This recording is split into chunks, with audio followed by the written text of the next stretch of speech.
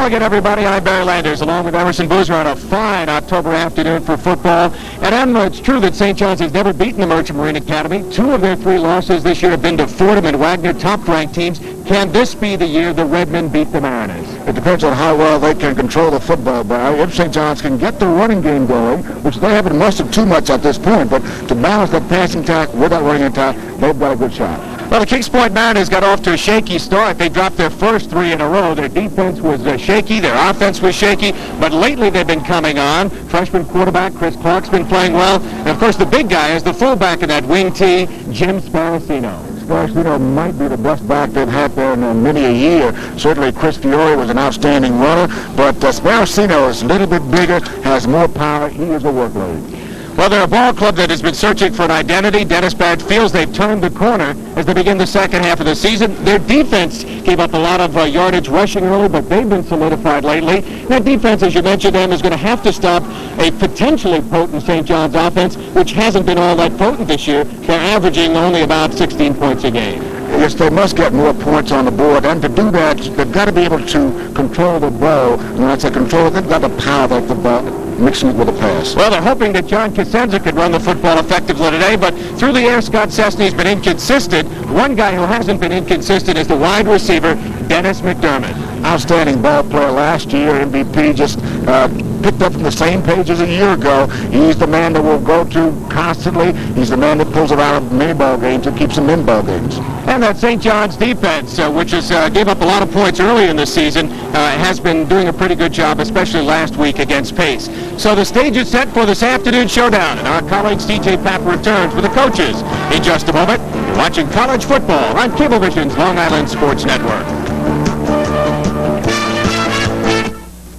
Why should you make Apple Bank your bank? To find out, just look inside. You'll find people who care, like Regional Manager Jamie Hoffman. At Apple Bank, our people are concerned about what happens to your money and to you. We're committed to our customers and the community they live in because we've become part of it. Apple Bank wants to grow with Long Island and the families who live here. That's why we hope you'll make our bank your bank. Apple Bank for Savings. We're good for you. I never ran before I came to Adelphi. Now I can't imagine not doing it. It really helps having the kind of encouragement I've gotten here. It makes Adelphi feel like a small college. But I'm glad it's a big university with lots of courses and career options, because I'm making choices that will affect my whole life. I'm excited about my future. In fact, sometimes I can't wait to graduate. It's sort of like running. Once you get started, you want to see how far you can go. Adelphi University, a commitment to intellect. Welcome back to Redmond Field. I'm CJ Papa, and I'm standing here with both coaches for this afternoon's game between Kings Point and St. John's. First, Coach Dennis Barrett of Kings Point. Coach, what does your team have to do to come out of here with a win? Well, that's a good question. I think we got to try and just play as hard as we can. I don't know if there's anything specifically except just play as hard as we can and see what happens. You know, St. John's has a lot of weapons. They do a great job at the throwing game, and you know, we're going to have to try and just contain that as much as we can. But you know, they're going to complete passes, and just hope we don't give up the big play. And on offense, try to run the ball a little bit. Coach, in the past, your team has pretty much owned St. John's, 3-0 record in the 3 meetings. Does that have any carryover effect into today's game? Nah, that's the past. We don't, you know, that's all history. And I don't know necessarily if we owned them. We had some very, very good ball games and a couple of big plays. I think Bob will agree with that. A couple of big plays have made the difference over the last couple of years. So it's been that kind of a game. But they've all been great games.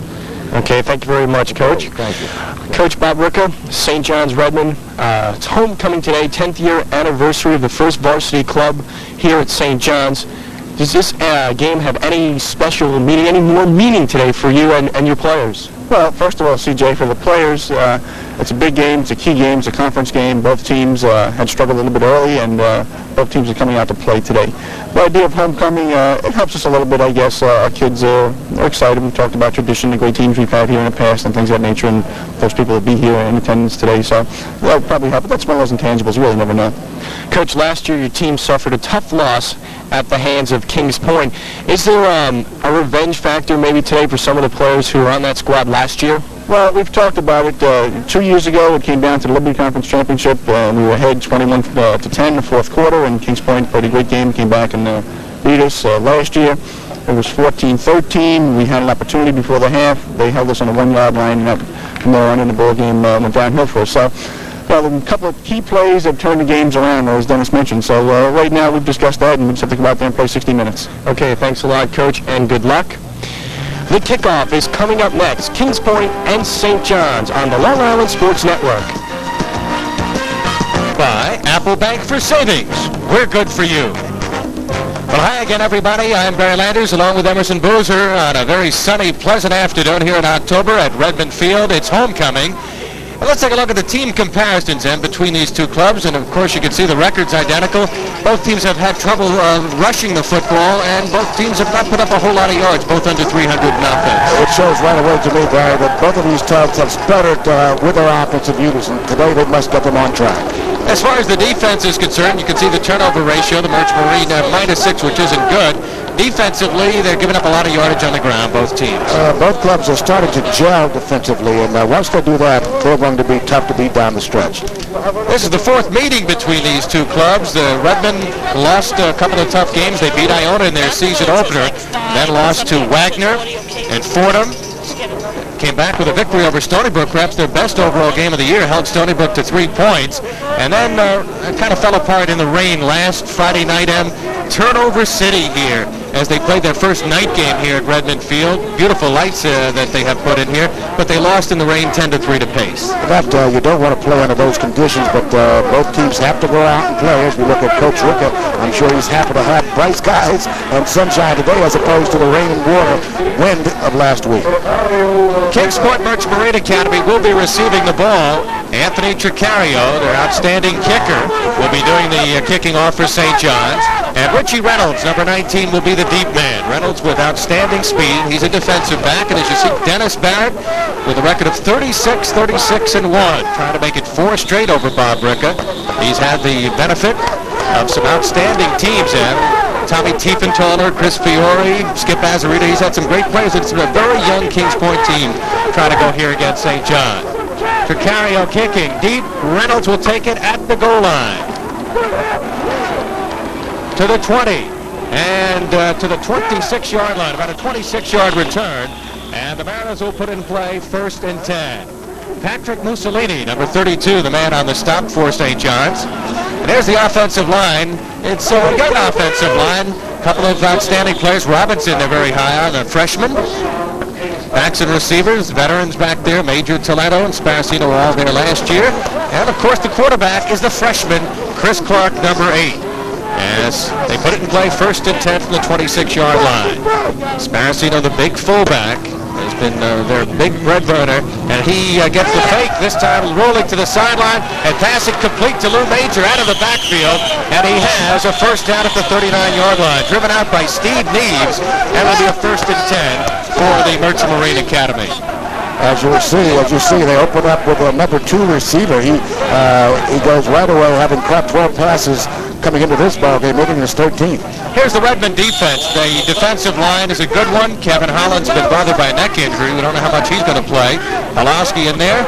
A good backfield, a linebacking crew. Majewski's the best in there, the inside linebacker. And the secondary, which could be tested as far as today is concerned. Ray Tavares is also in there now as the other defensive end, replacing Kevin Holland. So Holland with that neck injury, and Tavares, number 99, is in replacing him. Again, Clark looking to throw incomplete, and it'll be a 2nd down. Well, they're very high on this Chris Clark end, the young quarterback, the freshman. He's 6 foot 175 pounds out of Butler, Pennsylvania. And he didn't start the season as the regular quarterback. Chris Ketter, another freshman, started, but he's been coming on of late. He has lots of potential, Barry, and I think overall he has great athletic ability. And once you combine those two, athletic ability and the ability to throw and move a football club, you've got potentially a good quarterback. The officials today, the referee Richard Stanley, the umpire William Osala, The headlinesman, William Dworkin, the line judge, Peter Burke, field judge, Patrick Garvey, the back judge, Joseph Iacovino, and working the clock is Gus Pates, as you see, or Gus Rates, rather. So the 2nd and 10. Merchant Marine Academy working out of that wing tee, and we'll talk about how tough it is to defend against when it's executed well, and when we have an opportunity. Clark again looking to throw sideline, and it is going to be complete. Steve Neves defending on the play, but not before Mike Reardon picked up some yardage. Reardon is their bread and butter wide receiver, and 6 foot on 95-pound senior from Fairfield, Connecticut. Not a flashy receiver, not one that has the blinding speed, but sure hands and run the route. So a short gain. It'll set up about a third, and let's call it about 8. They posted 9 yards, the ball up to 41. And again, Reardon comes out wide to the left at the bottom of your picture. Major lines up as a wing to the near side. And they send a man in motion. That's Pat McGovern, number 30. Clock under pressure. And we have a flag thrown on the play. Could be a flip or an offensive hold in the backfield as Clark runs out of bounds. Rich Colangelo finally ran him out, but there was great pressure from Harry Blair, number 70, the defensive end, and there might have been some illegal use of hands on that play. When the flag is thrown up deep in your backfield, you can almost be assured that it's going to be a holding penalty, Barry. Harry Blair out of Garden City High School, 6'1", 210-pounder. Both teams have a lot of local players, and so it's a nice rivalry as the officials talk things over with the St. John's captain over there, Pat Dunnigan, out of Smithtown East, speaking of Long Island high schools, and Pat Dunnigan's quite a good football player. Now wait for the call from the referee, Richard Stanley. Coming over to the sideline here, and they'll mark it off. Should be at least a 10-yard walk-off, offensive hold'em. And they'll spot it back at about the 29-yard line. It is a hold. Let's see if we can pick it up. Again, up to the right of your screen, you see the hole right there. Here it is, coming right there. Number 65, getting a hand by Carr, being called for the penalty. Look again here. This will come from the left of your screen. Here the blow right there. Call the penalty. 3rd and long yardage here for Chris Clark. Let's see if St. John's blitzes. They're lined up in a 4-3-4. Long count, and Clark rolling to the right side, looking for the sideline, complete to Reardon, but way shy of the first down at the 40-yard line. So he picked up about 9. Mcdermott on the stop, number 19, 5'10" on 85-pound junior from West Hampton Beach, who's the number 2 tackler. And that's St. John's secondary after having some real problems early in the year, according to Fran McCall, defensive court that has been really coming on lately. They've improved drastically, but it shows right away Coach Barrett feels that he can throw the football versus St. John's. Wayne Alley to do the kicking, and St. John's has a couple of deep men. And standing back is Julio Teo, and he's down at the 15-yard line. So Teo stopped on that one. A good kick by Wayne Alley, who's averaging only 33.4 yards, but a lot of hang time there, and he kicked that one 44 yards. Let's take a look at the offensive lineup for the St. John's Redmen. And the offensive line have had to do some changes there because of injuries and a lot of juggling going on. And the backs and receivers, Manny Santos, John Cosenza's been running well. And of course, Dennis McDermott, the big guy, and the quarterback who's been inconsistent, Scott Cessny. Mariners work out of a 4-3-4 defense. Pick them up in a moment. Cessny handing off to big number 33, Manny Santos, and the 190-pounder from Thompson High School. Goes off the left side of the line to pick up a couple. Now, you said early that St. John's has to establish a running attack against this Merchant Marine defense, which has given up some yardage early in the year. There's a look at that defense. It's a quick defense, but they do something that a lot of clubs don't do, and that's stand up in sprinter stance at the line of scrimmage, as you see the linebacking crew, and a secondary, which will be tested. How about the sprinter stance? A couple of them are lined up. Right now they're in there all 4 inches down low, but they have been using a sprinter stance. We'll get that, Barry, right after we get up to this play. 2nd and 9 for St. John's. Again, the handoff to Santos, the tailback, and not much doing off the left side of the line. Sam Leske, that quick tackle, 5'11", 210-pound junior, number 97, who was one of the leading tacklers last year in the squad, made this stop. He had 66 tackles last year. He's in that mold of the Woodrick kind of player that was an All-American a couple of years ago out of East Iceland. to get into that upright stance that Kings Point uses. Normally a club would go to that when they are small up front. But that's why the last 2 downs have gone with down line. 3rd and long, and it's going to be complete upfield to the tight end, or Dennis Motherway. Motherway catches the ball for a first down at the 29-yard line. So Dennis Motherway, 6'3", an 80-pound freshman out of East Rockaway, comes up with a good catch, and Cessny had a nice touch on that one end. We look at it again here. Kings Point just not getting the pressure on Cessny. Cessny has time to sit back and find his receiver. Motherway coming across for the first down. Motherway, a guy who will get a lot of passes because Dennis Mcdermott is often double-teamed. So St. John's now operating on a 1st and 10 situation. Long count for Cessny. Inside trap going to Cosenza, and he gets a couple of yards to the 31-yard line. And that's something they plan on doing a little bit more, St. John's, a quick trap play against that wing T defense. And that was a beautiful trap, but just the ball carrier fell down or got nipped just before he started to turn upfield. But a well-executed trap by the Redmen. Now St. John's with some fresh players in on the offensive line due to some injuries. Jimmy Burns, Joe O'Connell, and Bobby Dunlop at the center and the guard spots. Cessny again with time. Throwing, and it will be complete. Flag on the play. It's shy of the first down. Dennis Mcdermott catching the football. And Brett Hawkins on the tackle. Well, let's wait for the call.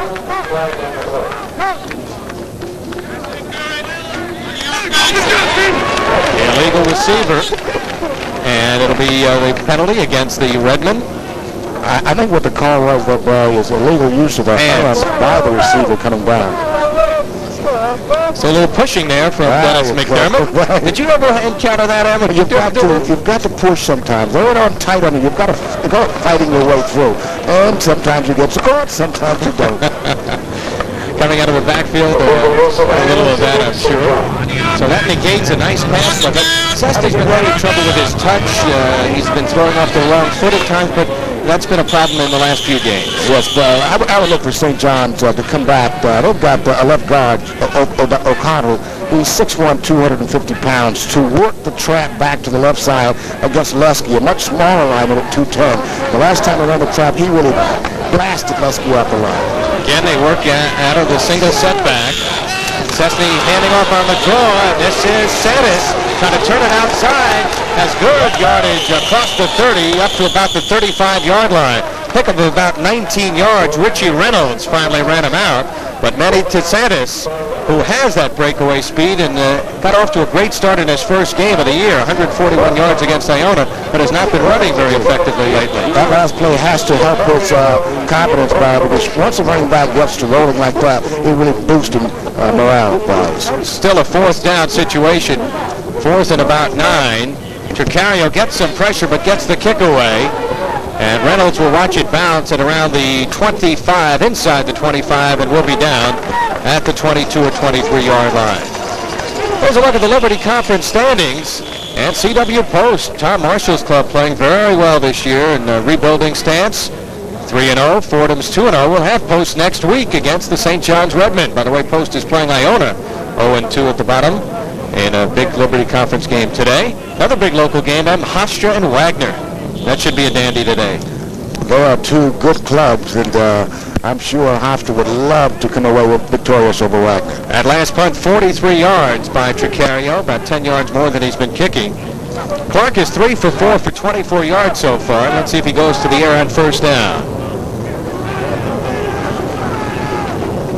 On the keeper, he's a good runner. Clark pitches back and trying to turn the corner that time was Sparacino. Matt Grimaldi on the stunt.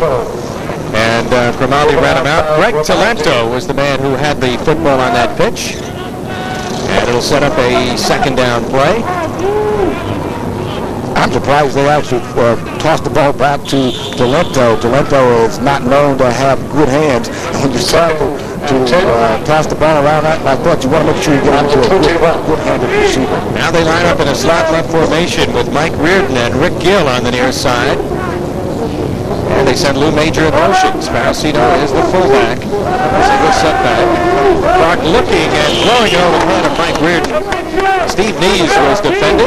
Going to be a 3rd and 9 situation. 10:40 to go. Scoreless first quarter. And as we said, Chris Clark, a real fine athlete, but will make freshman mistakes. A little trouble reading defenses right off the bat. When you run a wing T, you've got to have a heady quarterback. That you do, and both Barrett's got 2 young quarterbacks in Kennery and Clark, and he feels as though Clark is probably the better passer, and maybe the better hit to run his ball as well. Well, he's a fine athlete, a high jumper in high school. Now 3rd and 9 situation, and single setback. Screen it off to Sparacino, and he is taken down. Pat Dunnigan, number 73, the big tackle out of Smithtown East High School with the stop. Good pressure from Ray Taveras, number 99, from the defensive end spot. Taveras got in and did what he had to do, the force trap to throw the football, and Dunnigan stayed at home, picked up the receiver, nailed him by the way for very little gain to go. Dunnigan, the tri-captain, mainstay of that defensive line, and now we have timeout taken by Kings Point. Let's see what happened here again, Barry. You'll see Blair, number 70, getting in, forcing the quarterback to release the football. That's what you've got to do. Now watch Dunnigan come in and wrap him up. Excellent play by the way. So we've got our first timeout in the field, 10-12 to go in this scoreless first quarter. And we should be getting our second punt coming from the Merchant Marine Academy. Hope you're enjoying the action. We've got another Liberty Conference game coming up next week. There's a look at Wayne Alley and his punting average, 33.4. And he'll be punting from inside his 15-yard line when play resumes. Merchant Marine Academy got off to that rocky start, losing to Fordham 17-0. Got blown out by its arch rival, the Coast Guard, lost the Big Cup, but it has bounced back in the last couple of games with victories. And Dennis Barrett feels with a young club that the second half of the season will bode well for it. And that's you've got to think and believe as a coach. I know as a player group, you've got to believe, but you've got to get better as you come down the stretch. I'm in believe, too, that this club, both clubs will get better. Julio Teo is deep to receive the kick. Alley gets a line drive kick. Teo will watch it bounce at the 40, roll out of bounds and around the 36-yard line. So it'll be 1st and 10 for the Redmen as they take over in pretty good field position. Well, there you see the scores the last 3 years. And 86 was a close game. St. John's jumped off to an early lead. You remember here, we did that game here at Redmond Field. Merchant Marine Academy came storming back through the air to win it. And 87, the score really is not indicative of the kind of play we had that day. It was a very close ball game coming down the stretch. Merchant Marine blew it open late. Look at the junior quarterback, Scott Sesney. Trying to hand off inside on that quick hitter, and John Kasenja with a good second effort, able to pick up a couple of yards after he was initially stopped at the line of scrimmage by the Kings Point defense. And Ed McErleen finally stopped him after he gained a couple. Now you watch, we talked about the trap. Here comes an outstanding play by the Merchant Marines. You see them try to trap to their left. Just could not do it. They played it extremely well. Cobbs mainly shut the hole down, forced the ball carrier to take it outside. So 2nd and 7 for St. John's. Dennis Motherway lines up as a flanker to the right. Chesney throwing, and it is complete to Motherway. Good bit of second effort, but he stopped shy of the first down as he bounced off one tackle. And Motherway stopped at the 46-yard line. That's where they give him his forward progress, because now it looks like it may be close enough for a first down, at least for them to bring the chains in. I have a correction here. I mentioned Cobb in that last trap play. That was Burdick, 68, that actually closed down that trap. Now you can see Scott Sesney, a career low last week in the rain. He had fumble problems that game, only 80 yards passing. 3 times Scott Sesney fumbled. Once at the 5-yard line, once at the 11, and once at the 45-yard line. But in fairness to Sesney, under those weather conditions, nobody really want to handle a football because it is slick and moistened from the rain. You've got wind. You just don't want to handle the football, but the quarterback has to. Scott Sesney's club has a first down. We'll take another look at Motherway's fine reception. Motherway's reception. With pressure, wobbles down. Motherway corrals it. and picks up the first down. He bounced off Brett Hawkins, usually a sure tackler. Hawkins, one of their leading tacklers, number 56. And they try to go on the draw play to Sandus, and Kings Point had it spelled out. Great pressure put on that time by Mark Bramati and Sam Leske. Number 97 and number 99 were in on that play very quickly. That's a nice loss of about 6. Ball back to around the 39-yard line. That tells one thing, Barry, that these linemen of Kings Point on the run in order to pick up that play. So the Redmen with a passing situation here. Send Dennis Mcdermott to the top of your picture as a flanker. Single coverage on Mcdermott there. Let's see if they go to him. Movement in the line by Kings Point. Did they get back on? Apparently no. Officials didn't drop the hankies till a couple of seconds after they got back online. I think it might have caused St. John's to move off, and once you've been in that ready position, you cannot come off your stance. Offsides against St. John's. That's what that move by Merchant Marine Academy did to St. John's. They had to be steady in the boat and did not do it, caused a 5-yard penalty. So the Redmen now faced with a second down situation and long. They've got to go to the 44-yard line, so it's about second and let's call it 13. No, a veteran ball club would catch the opposition up center would automatically snap the ball. Everybody knows to go right now. Now let's make it longer than that. It's about 20 yards to go. Cessny in trouble, and he will be snowed under. Kings Point coming up with its 13th sack of the year. Good pressure that time by Sam Leske. Leske actually applied the late pressure, but the pocket has started to collapse with Bramati's coming in from the right side.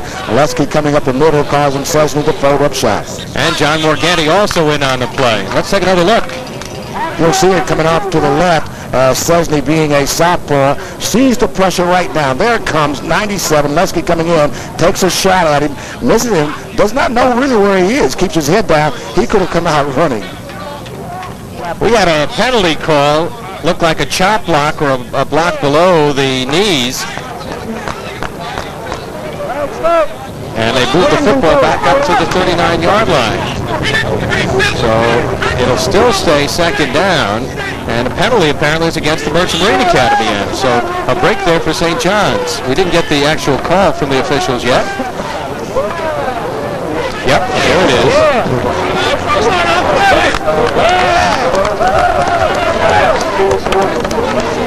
Blocking below the waist is the call, and you don't always see that kind of call too defensively. Oh, indeed. So the ball up to the 49-yard line, a 15-yard walk-off.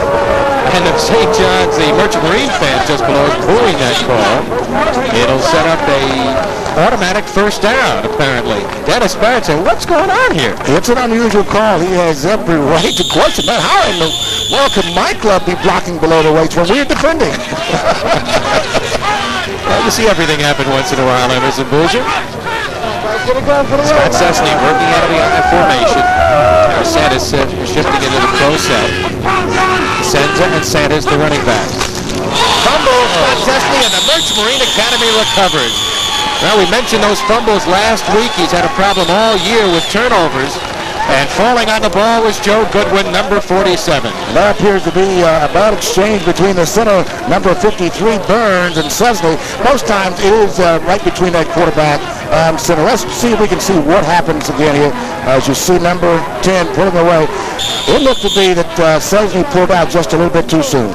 Jim Burns, normally a guard, shifted to center because of some of the injuries they've had, and that might be a problem. So right now, St. John's on defense. The 1st and 10 for the Merchant Marine at the 49-yard line. Sparacino, the fullback from St. Anthony's High School in Long Island, stopped by Pat Dunnigan. And also helping out Pete Majewski on the tackle, number 34, the inside linebacker. Let's go down to the field. Here's C.J. Papa. Thank you very much, Barry. One thing that I noticed so far is that Kings Point has only attempted 2 running plays, 9 so far, total plays, 7 by the pass. They might try and strike long here. Take it away, Barry. All right, CJ, we'll keep an eye on that. Clark is 4 for 6 for 24 yards so far. Again, Sparacino gets the call. stopped shy of the first down at around the 43-yard line by Pete Majewski. And we remember Pete Majewski from high school days, played at East Meadow High School. He was a real force back then, transferred from Nassau Community, and he's a real nose for the football on defense, their leading tackler. He is still an outstanding ball player, and he's done just as well here at St. John's. What Kings Point is trying to do, they're coming to strength. They're coming to number 57, Petrosino and Tom Sala with a power with Sparacino. On third down, Clark keeping, and Dunnigan drives him down. Pat Dunnigan, who has sparkled in the early going, getting help from Frank Pawlowski, number 63, who's playing defensive end for the injured Kevin Holland, who has a neck problem. And that'll set up a punting situation. Well, the St. John's defense, which had been maligned the last couple of years, looks pretty good this afternoon. A big series here for them. They have held, have to give it a good field position, now are forced into a punt. Wayne Alley standing back at around his own 45-yard line to do the kicking. Teo is deep. Teo moves up to field it, dives, and holds on. That was a dangerous play. Caught the ball at about the 18-yard line, because he could have fumbled it right away. We've got a stoppage in play right now. 6:07 to go in the scoreless first quarter. It's St. John's at Kings Point, Merchant Marine Academy. We'll be right back. You're watching college football on Cablevision. Long Island defensive coordinator talking things over. What do you think he's talking about right now? He's probably talking about the trap coming back to the weak side, and the power play coming off to the strong side, meaning you've got to be more consistent there. Right now, the Redmen with it 1st and 10. Chesney 2 for 2 for 17 yards, both to Motherway. Dennis Donald Kadish, number 82 in the ball game. Sandus had a nice hole. It closed as he got to about the 20-yard line, 21. John Cosenza looks to be apparently hurt down on the field there. He was a lead blocker on that play, and he's got some apparent head injury there. He and his brother have been stalwarts for St. John's. He might have been hit by Mark Bramante as he was trying to make a block on Bramante. And he's being attended to right now by the St. John's staff as the clock stops with 5:54 to go. And John Cosenza has had a whole series of injuries throughout his career. He's a kid who'll lower his shoulder and give you everything he's got. And there he is as we watch him. Let's see if we can find out how he got injured. Off to the right of your screen here, Bingo, looks as though his leg folded underneath. I would say it's a leg injury. Yeah, it appears that way, Em, as he's limping off, but looks like he may be able to come back in there. He's a hard-nosed kid. He's played quarterback. He's played defensive back last year.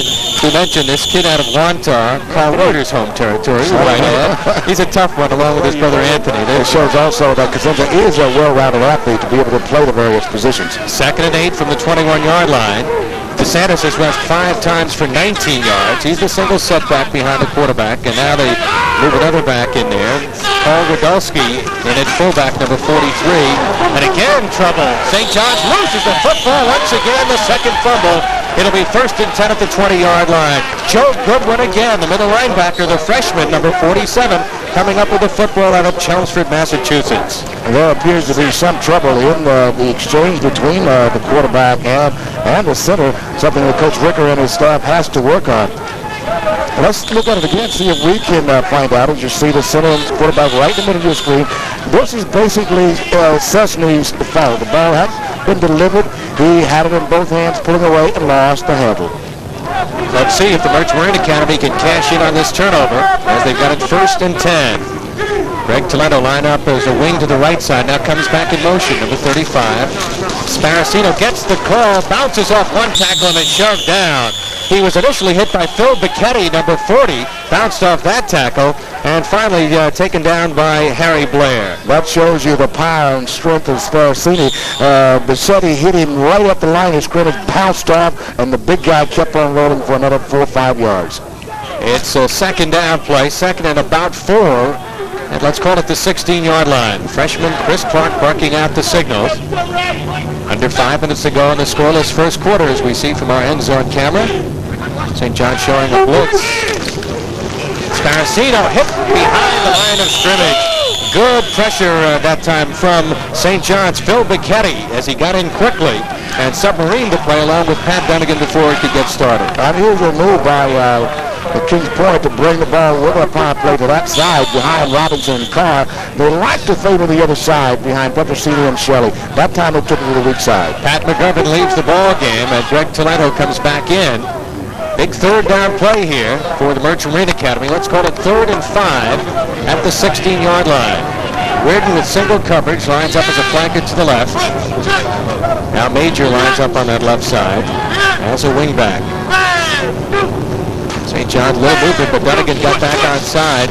Clark on the keeper, rolling out, and he's got the touchdown! Showing that good athletic ability as a runner, and that's something in a wing tee you've got to have a quarterback who can do that. Skip Azarita certainly could, and Chris Clark showed it that he can do it there. That's what they like to do, Barry. They like to come back to the weak side with that kind of play.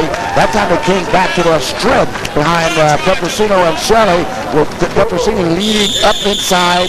Clark found the opening in for the score. Chris Clark, touchdown run. That is his first touchdown run of the year. He has passed for 4 touchdowns. The kick by Jim Trimble is up, and it is good. So the Merchant Marine Academy jumps in front by a score of 7-0. And as we mentioned all throughout the career between these two clubs, big plays have hurt Bob Ricker's team. This is a big play right here, a 16-yard run on 3rd down. Look at it again. You'll see number 57 coming out. The guard there right in front of your screen, followed by Clark. There's 57. Petrosino looking in to seal it off right there. That gives the opening for Clark in for the score. Clark was a track performer in high school, was a high jumper, has pretty good speed. Great athlete in high school, smooth runner, good cutter, and he showed his ability right there. So Kings Point jumps in front 7-0. Merchant Marine Academy is averaging only 12 points a game, and last year and the previous years they were up around 30 points a game. Turnovers. Coaches deplore turnovers. This turnover here has cost them 7 points. The mis-snap or mishandling of the ball by Susney, turning the ball over inside your 25-yard line. Makes it tough to play. Teo and DeSantis, along with Conway, back to receive the kick. They're the deep men for St. John's. There you see Teo, 22 in the middle of your picture. And a kick coming right here from Jim Trimble out of Rockville, Massachusetts. Trimble, by the way, has 7 for 8 in extra points. Look at what he's made here today. A poor kick upfield. And Teo takes it around the 22-yard line, slips one tackle, about a 10-yard return as he gets to the 32. And St. John's will have it 1st and 10. There's the scoring summary. 3 plays, 22 yards, and the clock's 16-yard run to make it 6-0. The extra point by Trimble to make it 7-0. Beautifully executed play at the point of attack, and good final execution by the left guard, Petrosino, opening the last door for Clark in for the score. So the Redmen trailing, trying to snap a 2-game losing streak, have it 1st and 10 up at the 32-yard line. Quarterback is still Scott Sesney. On the draw, DeSantis sheds 1 tackle, and boy, look at the white shirt swarming the ball, and that is what the Kings Point defense is known for. If ever you want to come into a check off, that's the time to do it. But another change of quarterback for St. John's, Ketterer looking at the blitz coming from a lineman way out in the walkaway position. That was time to come out of that last play.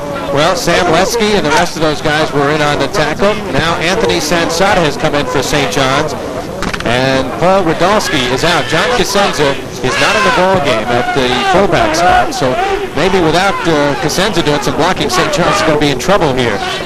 Merchant Marine Academy really storming in there. Sesney, they pick up the blitz this time, throwing deep up the middle. He's got Mcdermott out there. It's tipped in the air and knocked down. Back defending on the play for the Merchant Marine Academy was Mark Whalen, number 25, but Mcdermott was out there and had been the defender on that play if the ball had been thrown a little bit further. There's Mark Whalen, who knocked it down. He's had a couple of interceptions this year. Just outstanding play. It looks as though Sesney had the lead that he needed. Just did not get the ball there in time, allowing the defense to recover. Well, they picked up the blitz that time and were able to do it. Now looks like John Cosenza is back in the ball game. I'm happy to report. 3rd and 15. Sesney throwing, and it is going to be complete at the 44-yard line. Enough for the 1st down And a splendid reception for Dennis Mcdermott. So the great hands of Mcdermott and the great concentration, and that is not an easy catch to make. Well, that time, Leske had plenty of time to throw the football. We'll look at it again here. All the protection he needs. He looks down and waits on Mcdermott come across. He moves up into the pocket. Now delivers to Mcdermott. Outstanding catch here by Mcdermott. Joel Connell, one of the blockers there, number 68. Quickly, let's go to C.J. Papa down on the field. Thank you very much. Down on the sidelines, as you can see, John Cosenza back into the game. He did twist his right ankle. He ran it off on the sidelines. The trainers taped him back up. He put his shoe back on the foot. He's back in the game. First and 10 at the 44 tip, but there is a flag on the play. The ball was initially tipped by Mike Murphy, the strong safety, number 44. The pass intended for Dennis Mcdermott. There was a bit of confusion and congestion. I don't know why Cesar threw the ball, but he did got away with it. But he was asking for trouble delivering that football. And a flag apparently is against St. John's because they're backing up. Could be a holding call. I want to thank the people here at St. John's. Kathy Quinn, Sports Information Director, who's joined us in the booth, along with Frank Raccanello. Bob Ricca, a little bit concerned. These penalties and mistakes hurting his club right now. Right now, his club is not executing, Barrow. When you come out and do little things that hurt your chances, and you've worked all week, you didn't work on those kind of things. Yet you do them on game day. See if we can spot the penalty. Look again here. Looks to be pretty well in the offensive line. Not much to call one of the linemen with a hand on the back. But at this point here, everything is congested. That's why I don't know why the ball was thrown there.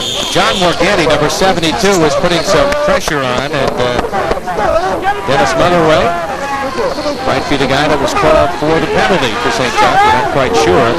All right, long yardage on second down. Sesame with time. Up the middle, right open is Motherway on a missed coverage. He could go all the way. Cuts back and will be down at the 22-yard line. The game, the touchdown saving play, Richie Reynolds, as Harold Krebs had stumbled the safety at number 18. And a good move by Motherway to get away, but Richie Reynolds brought him down. Outstanding play by Sesame, and Reynolds scurries some 49 yards before he stopped. Let's take a look at it again here. Good blocking for Sesame as he gets back into his pocket. The sophomore delivers. You'll see Motherway break free off to the right of your screen there, waving his hand just a little bit. Now, once the ball is caught, it's off to the races. Nice break back inside. Makes a decision to come back inside of his court, allow him to be hit. Back to the live action. Sesame throwing complete at the 19-yard line. And making the catch for St. John's, number 81, Robert Mckinney, the tight end. 6'3", 220-pound sophomore from West Babylon, a first-year player with a lot of potential.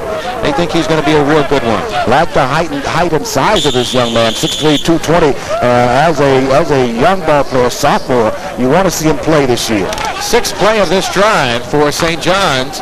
That big 49-yard pass, the key play so far. Minute 25 to go, first quarter. St. John's trailing 7-0 on second down. And let's call it about 5. Again throwing. Passive pressure going out for Motherway. He's got it and a touchdown. Dennis Motherway, who had sort of been in the shadow of Dennis Mcdermott, showing that this young man out of East Rockaway and Kellenberg High School on Long Island can play football. He's only a freshman, and he's going to be a good one. Good play by Motherway. He's got the nice kind of height that you like to see in a receiver of 6'3", 180 pounds. He's a freshman, though, and playing football. Well covered that time by the defensive back, the strong safety, Mike Murphy, but Motherway just took the ball away. Motherway having a fine first quarter. He had caught only 7 passes coming in, and he's had at least 3 today as he gets congratulated on the sideline. Anthony Tricario will do the kicking. It's up, and he booms it right through the uprights, and we're tied on this at Boozer at 7 apiece. We've got ourselves a ball game now. Shows that St. John's, once they put a mind to it, they can move the football. Excellent drive, the first pure drive by either club we've seen all afternoon. Let's look at it again here as Cessny goes to Motherway. Motherway's being covered by number 44, Murphy, as you'll see right there. Just to the bigger, taller receiver goes up and takes the ball away for 6 points. Well, St. John's showing that they can come back from those turnovers as we watch it here.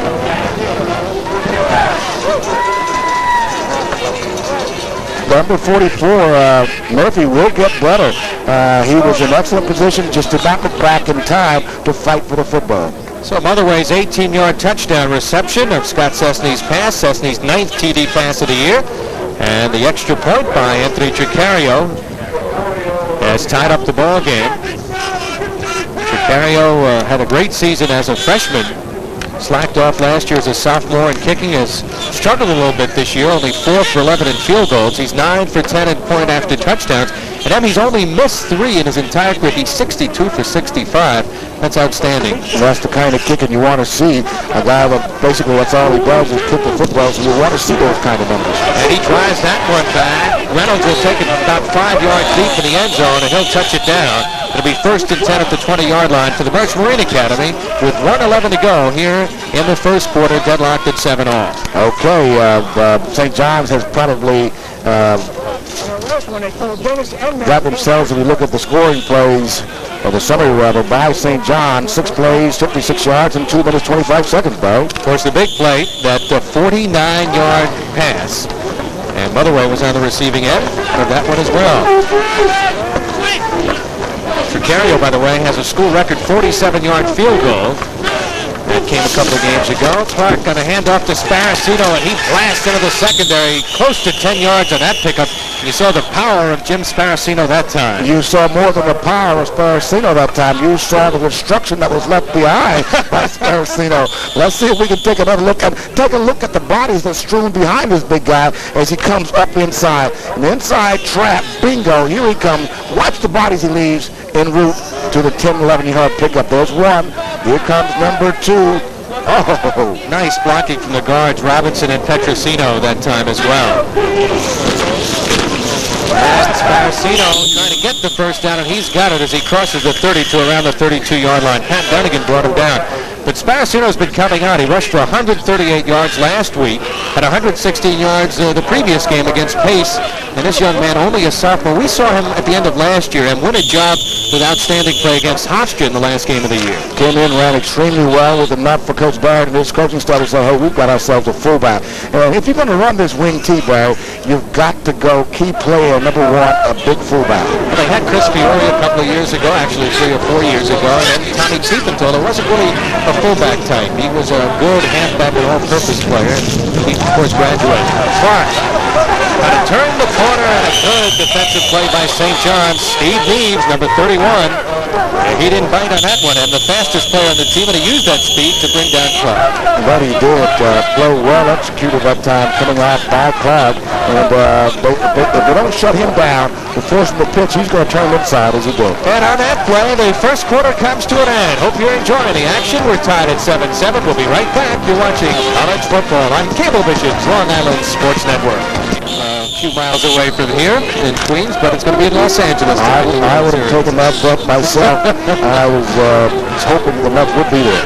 Second down for the Merch Marine Academy in this 7-7 game as we begin the second quarter. Clark sends a man in motion. That's Chiletto. And Sparacino, and a handoff on the end around play to Ricky Gill. He's a speedster. Penalty on the play, however. And the play will probably be negated as he gets to the 50-yard line. A pickup of around 14 yards. But we do have a penalty on the play. Rich Colangelo and was the man who came over to make the stop. But John Krug, trying to get in on a blitz, was the man who was knocked out, number 17, and there may have been a penalty when Krug came in there. It's going to be an illegal block on number 17, John Krug, by number 65, Bob Carr. He just did not get the head around. We'll take another look. Look off to the right of your screen as you see the reverse in the making here as Clark gets back, gives the handoff. Off to the right here, you'll see the block coming up right there. Bingo, you've got to get the head around the front.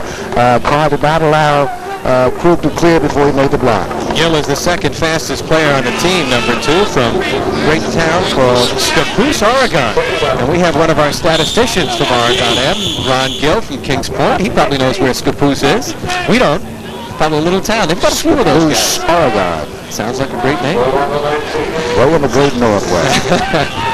Second and 20 or so from about the 19-yard line. Let's see if Clark goes to the air.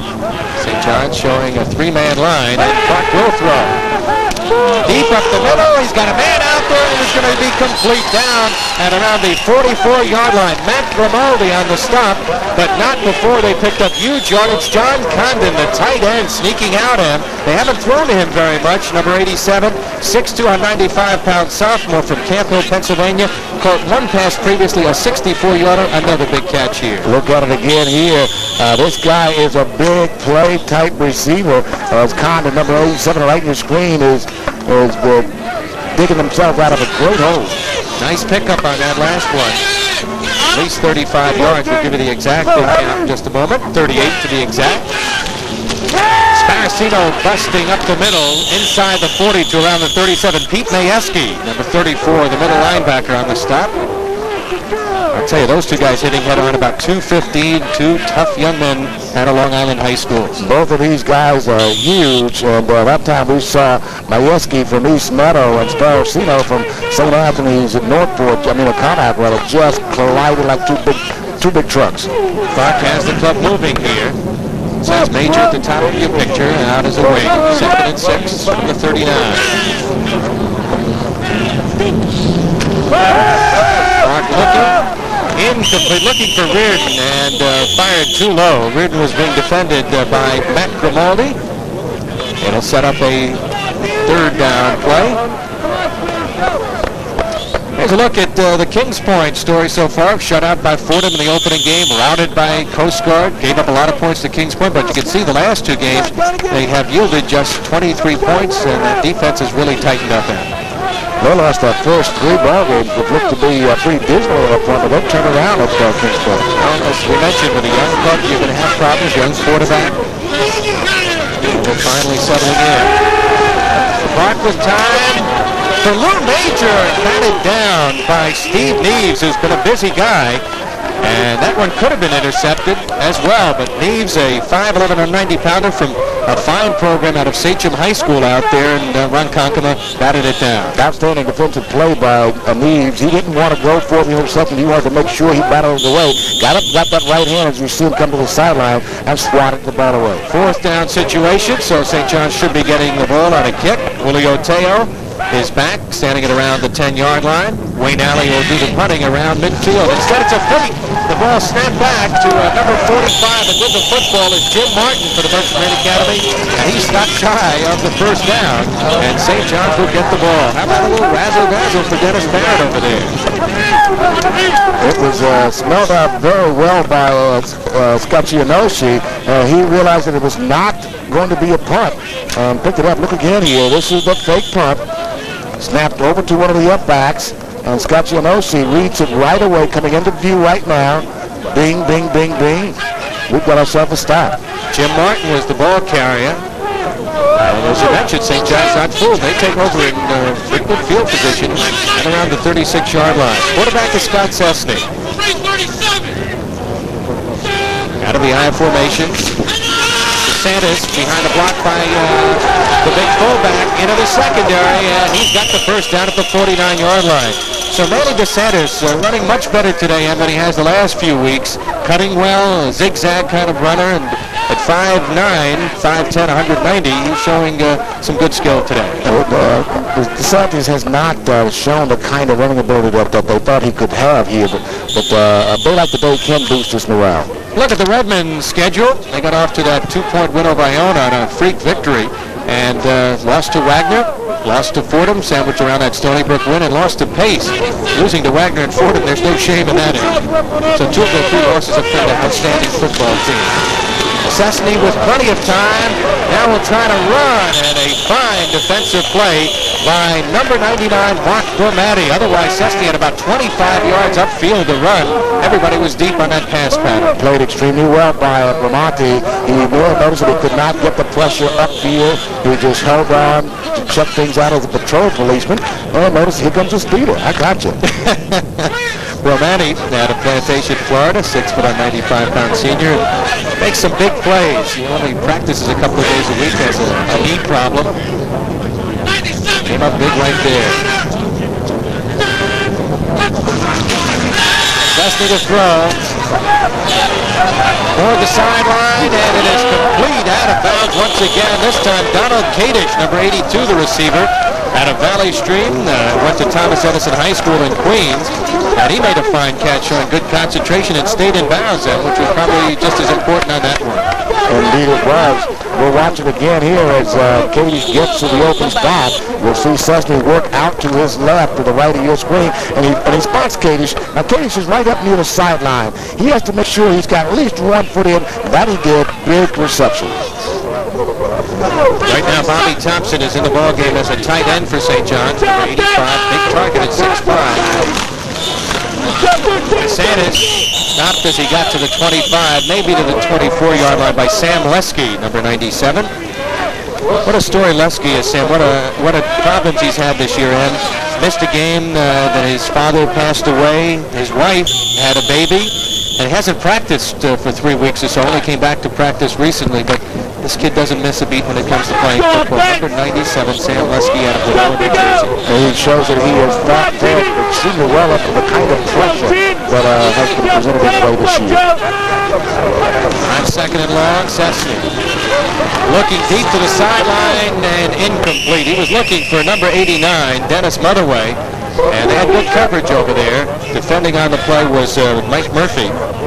Number 44, clock stops with 11:25 to go, second quarter, tied at 7-7. Cessny has to be careful. That kind of ball is the kind of ball that can be picked off. It was thrown a little bit over the inside defender. He was bracketed with double coverage in the back there. And he got it out a little bit more, but it's nothing but solely the other way. Well, St. John's has not scored a rushing touchdown this season. And their passing attack at times has been inconsistent. All their TDs, with the exception of one scored by Phil Mckinney on an interception, have been on the ground, through the air. Inside handoff to Cosenza. He breaks one tackle, stopped at the 19-yard line as he picked up a few. Ed McAlern, number 60, who is the leading tackler. We had a chance to meet his dad, who has come over from Ronkonkoma to watch the game. He's out of Connecticut High School in Suffolk County, and he made a good stop on John Cosenza. This is about the area you start working your kicker, get that leg in shape. Tricario, if they don't get it inside. That's what they're going to do right now. Tricario will kick from the 27-yard line. It'll be a 37-yard attempt. As far as field goals are concerned this year, he's been inconsistent. That one is up, and this one is good.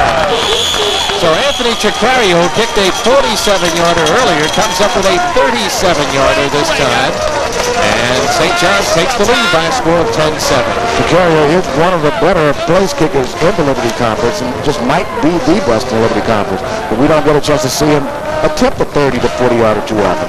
Well, last year he hit only 6 of 16 field goals after an outstanding freshman year, and when he was 11 for 17 for field goals. Let's take a look at the reaction of Tricario once he knows that this is going in. He spies it, he eyes it, and here it comes. Ah! Nailed it right there. As we mentioned, it's been sort of an inconsistent year for him, but second half of the season, and St. John's is hoping good things will happen. We'll have St. John's for you next week against Tom Marshall's vastly improved CW Post team. M Post is running the football almost twice as much as they're passing. What a changeover. Well, you usually have to do one of the two, Barrett, when you're building a ball club. And Coach Marshall has struggled for a couple of years with his ball club. You're either going to put together a strong passing attack or a strong running game. So the Redmen kicking off here, leading by a score of 10-7. And doing the kicking for St. John's right now will be Tricario. High kick coming down to around the 12-yard line. Reynolds takes it there. He's at the 30-yard line and stopped as he falls forward. Stopped by Bobby Dunlop, number 67, for the Redmen of St. John's here on homecoming. And they've had a great record at homecoming games, and it may spark them here this afternoon. Usually homecoming, you've had your festivities all week long to try to prime you for this primetime event. And thus far, they're showing that the week of preparation, both by the student body and the football club themselves, they are prepared to play. As we zoom in from our end zone camera, you get a look at the offense for the Merchant Marine Academy, taking over at the 31, let's call it 32-yard line. Quarterback is freshman Chris Clark, taking and trying to bounce off a tackle. Harry Blair able to shove him down as he didn't bite for that fake. And when you're trying to defend, we talked about this earlier, touched on it, the wing T offense, what are the keys defensively? the down linemen, say guys like Cobb and Cunningham, they've got to always respect the fake in the belly of the fullback. The guys who are on the outside, linebackers, they've got to be able to contain because that quarterback is coming down the line, forcing you to commit yourself. Clark on second down, and let's call it 10. No gain on that last play. Sparacino directly behind him. Rolling to the side, throwing it incomplete. Good defensive play that time by St. John's. Phil Mckinney, he was all over the receiver coming out of the backfield, setting up a third down play, and French Marine Academy only 1 for 5 in third down situations.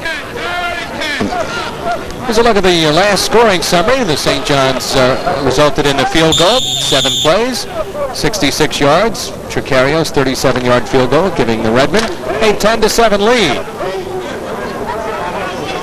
Clark this time sends out Reardon wide to the left, as you see him at the top of your picture, just out of your picture right now. Again to reverse inside. This is Pat Mcdermott. Loses the football as he was tossing it over to Clark. And Clark able to catch it on the bounce on this Omni-Turf. And it'll be a big loss that time after they almost had the first down. Ray Tavares with the first tackle, and then John Krug was over there as well defending on that throw out of bounds. A very dangerous play, understanding what he was trying to do. Mcdermott, that is, to lateral the ball back to one of the trailing backs. But that time it backfired, and he lost at least 3 or 4 yards that he had gained. They would have been close to the first down. They now spot the ball at the 36, where it's about 4th and 5. And Alley again to do the punting. He's been doing a lot of that here in the first half. Julio Teo is the deep man. Teo takes it at the 29-yard line. Looks for the wall. Crosses the 40, so about a 12-yard pickup for Julio Teo, and St. John's in excellent field position at the 41-yard line. Well, let's see if they can move the football. The last couple of series, they have shown that they could throw the football. They have passed it extremely well, and with a smattering of running that looked pretty good. 35-yard kick by Alley and a 12-yard return. So St. John's puts it in play, leading 10-7 as they try to even their record at 3-3. Next week they play CW Post. Post with a 3-0 Liberty Conference record. Still, of course, have to take one against Fordham. Out of the shotgun this time. Cessny in trouble, tries to get away, and finally taken down. Mark Bramati finally brought him down, but there was a lot of pressure from Sam Leske, number 97, and a couple of other guys, including John Morganti, number 72. Well, the heat was on that time. It just that Cessny could not find the receiver. He was up long enough. Good coverage downfield by Kings Point. Good start for Scott Cessny, and despite the 2 turnovers that he had, he's bounced back nicely, and that's a sign of a good quarterback. And indeed it is. A guy that does not get dismayed or rattled because he's had 2 costly turnovers, one leading to a touchdown by the Marine Academy. But he has remained steady and confident that he can throw the football. Dennis Motherway now in the ballgame with Dennis Mcdermott as wide receivers. And did St. John's take too much time? Apparently that's the call. The official looks at his watch and says, that'll cost you 5. Bob Ricker can't be happy about that. No, he can't, because these are the kind of things, too, that you make your quarterback cognizant of all week long, that you've got to get in and get the ball out of the huddle, get him out of the huddle, get him up to the line, and get it off. St. John's 4th penalty. They have been penalized 40 yards so far this afternoon. And it's 2nd and long. 2nd and 17 from the 34. Again, Mcdermott and Motherway at the top of your picture. To the right, Bobby Thompson now in as a tight left end. DeSantis getting the ball, and boy, Sam Leske said, welcome to the backfield, fella.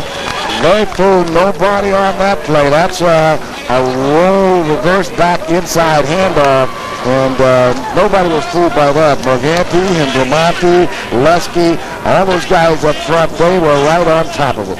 Well, he's a great competitor. We mentioned Sam Leske a couple of times before. 2nd team all-conference, Liberty Conference player. He's a wrestler. You can see how strong he is. He's only 210, 5'11", but built very strong. And Bob Ricker, Dutch Outerkirk, the gentleman closest to you, the offensive coordinator, a little concerned right now. This drive that started in great field position, they're now back at the 24-yard line, and they've lost 17 yards since they started on this drive on 2 plays. Chesney looking deep down the sideline for Mcdermott, and he could not hold on. That diving attempt. Whalen was defending on the play, and Dennis Mcdermott, who has great hands, went for that football.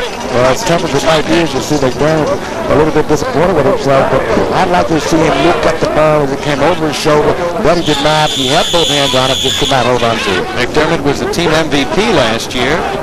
Scored 10 touchdowns as a pass receiver.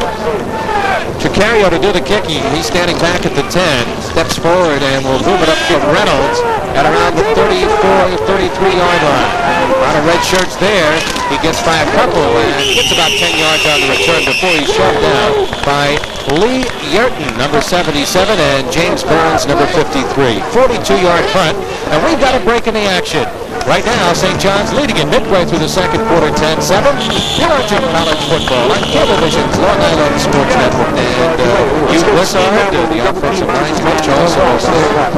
What do you think you're talking about? I would say back with a passing game. They were showing right away that they could throw the football versus the Merchant Marine Academy. And it had to be another passing play that we want to see downfield that might work. Right now, Kings Point will have the ball in good field position at their own 44-yard line. Clark 5 for 9.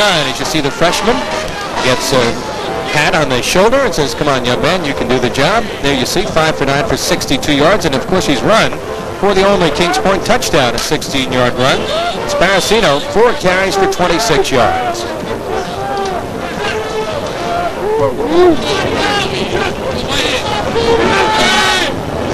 On first down, long count by Chris Clark.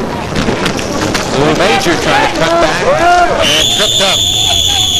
Initially, Rich Coangelo, number 56, got a piece of him. Slowed him up enough for the Frank Pawlowski to finish him off, number 63. 2nd and 9 coming up for the Merchant Marine Academy.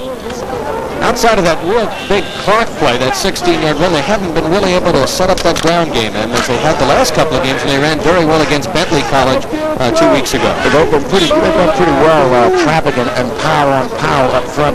With just fullbacks, Sparacino. The Majors into the floor of the trap. Power throughout tackle for them done pretty well. Clark in trouble, sheds the tackle on Colangelo, and drives forward inside the 50 to around the 44-yard line. Matt Grimaldi finally put the nail on him. Before he picked up the first down almost. That'll be very close. We might need a measure here, Barrett. Rich Colangelo had a great shot at him in the backfield, number 56, but Clark nifty enough to avoid the tackle and pulled away for close to a 10-yard gain. Colangelo took a shot at him, but just missed. There's Dennis Barrett. What a job he's done since coming over from Monsignor Farrell High School in Staten Island. It's awfully tough then with the academic requirements at the Merchant Marine Academy and the hours that they have to devote towards their academics to have athletics on the par that he's had his football team the last few years. But it is, and I'm in total agreement with the academics. You've got to maintain, because the coaching staff is going to make sure that they're prepared. So the university itself must make sure its athletes. And as you saw, the measurement indicated first down for the Merchant Marine Academy, trailing 10-7, 6:12 to go first half. And one of the things they wanted to do is to keep the ball away from St. John's and to establish a good ground game and use some of the clock, and they hope to do it, I guess, in this drive. Major and Reardon go to the top, the left side at the top of your picture, the slot left formation. Now Colento comes in motion. Sparacino up the middle, pulling his way inside the 40 to around the 38-yard line. Sparacino had worked on his weights, redistributed his weight, got a little quicker. He was always strong, and he's getting off the ball a lot quicker this year. Extremely well. Left time took another look. They're coming back to their strength. Watch Sparacino start up to his right and fold this thing back behind his left guard, right guard here, Robinson. He'll pick up right inside handoff, following number 54. His right guard, Robinson, in for a nice game. Robinson, a sophomore out of Minneota High School. They are really delighted.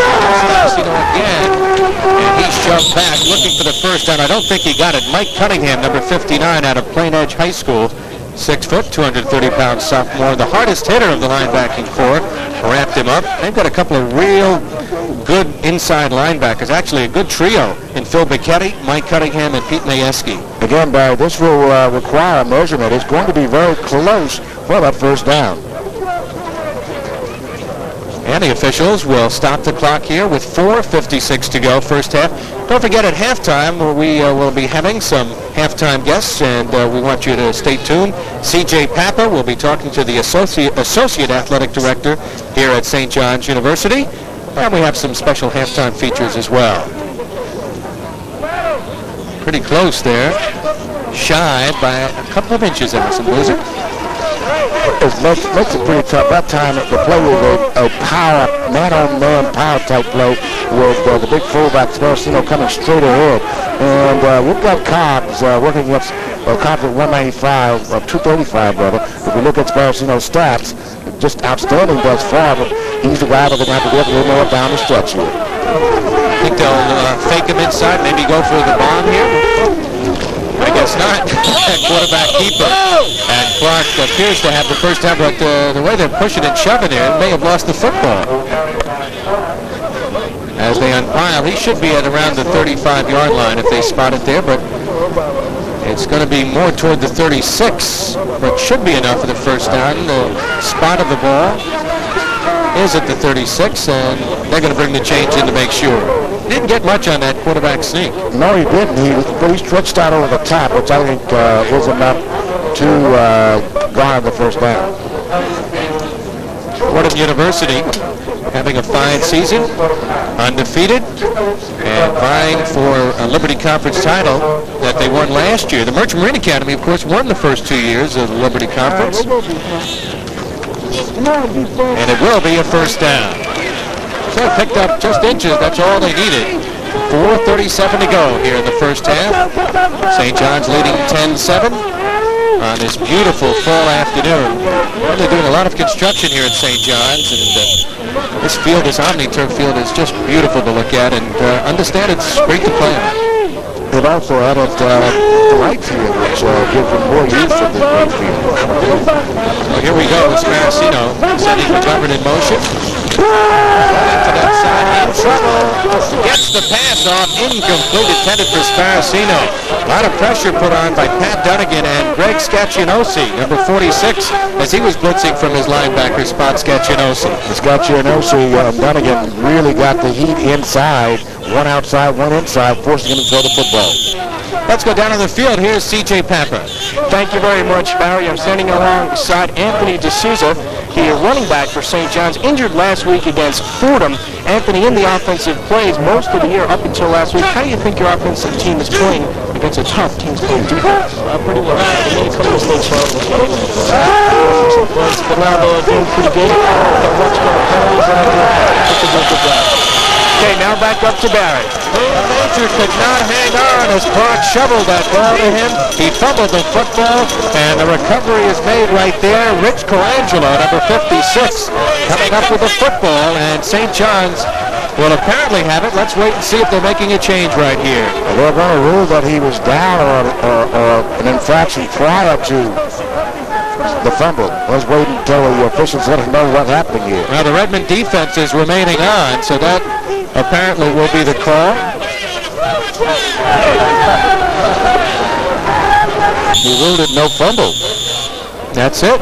4:11 to go, and just a third down situation coming up right here. Third and about 10.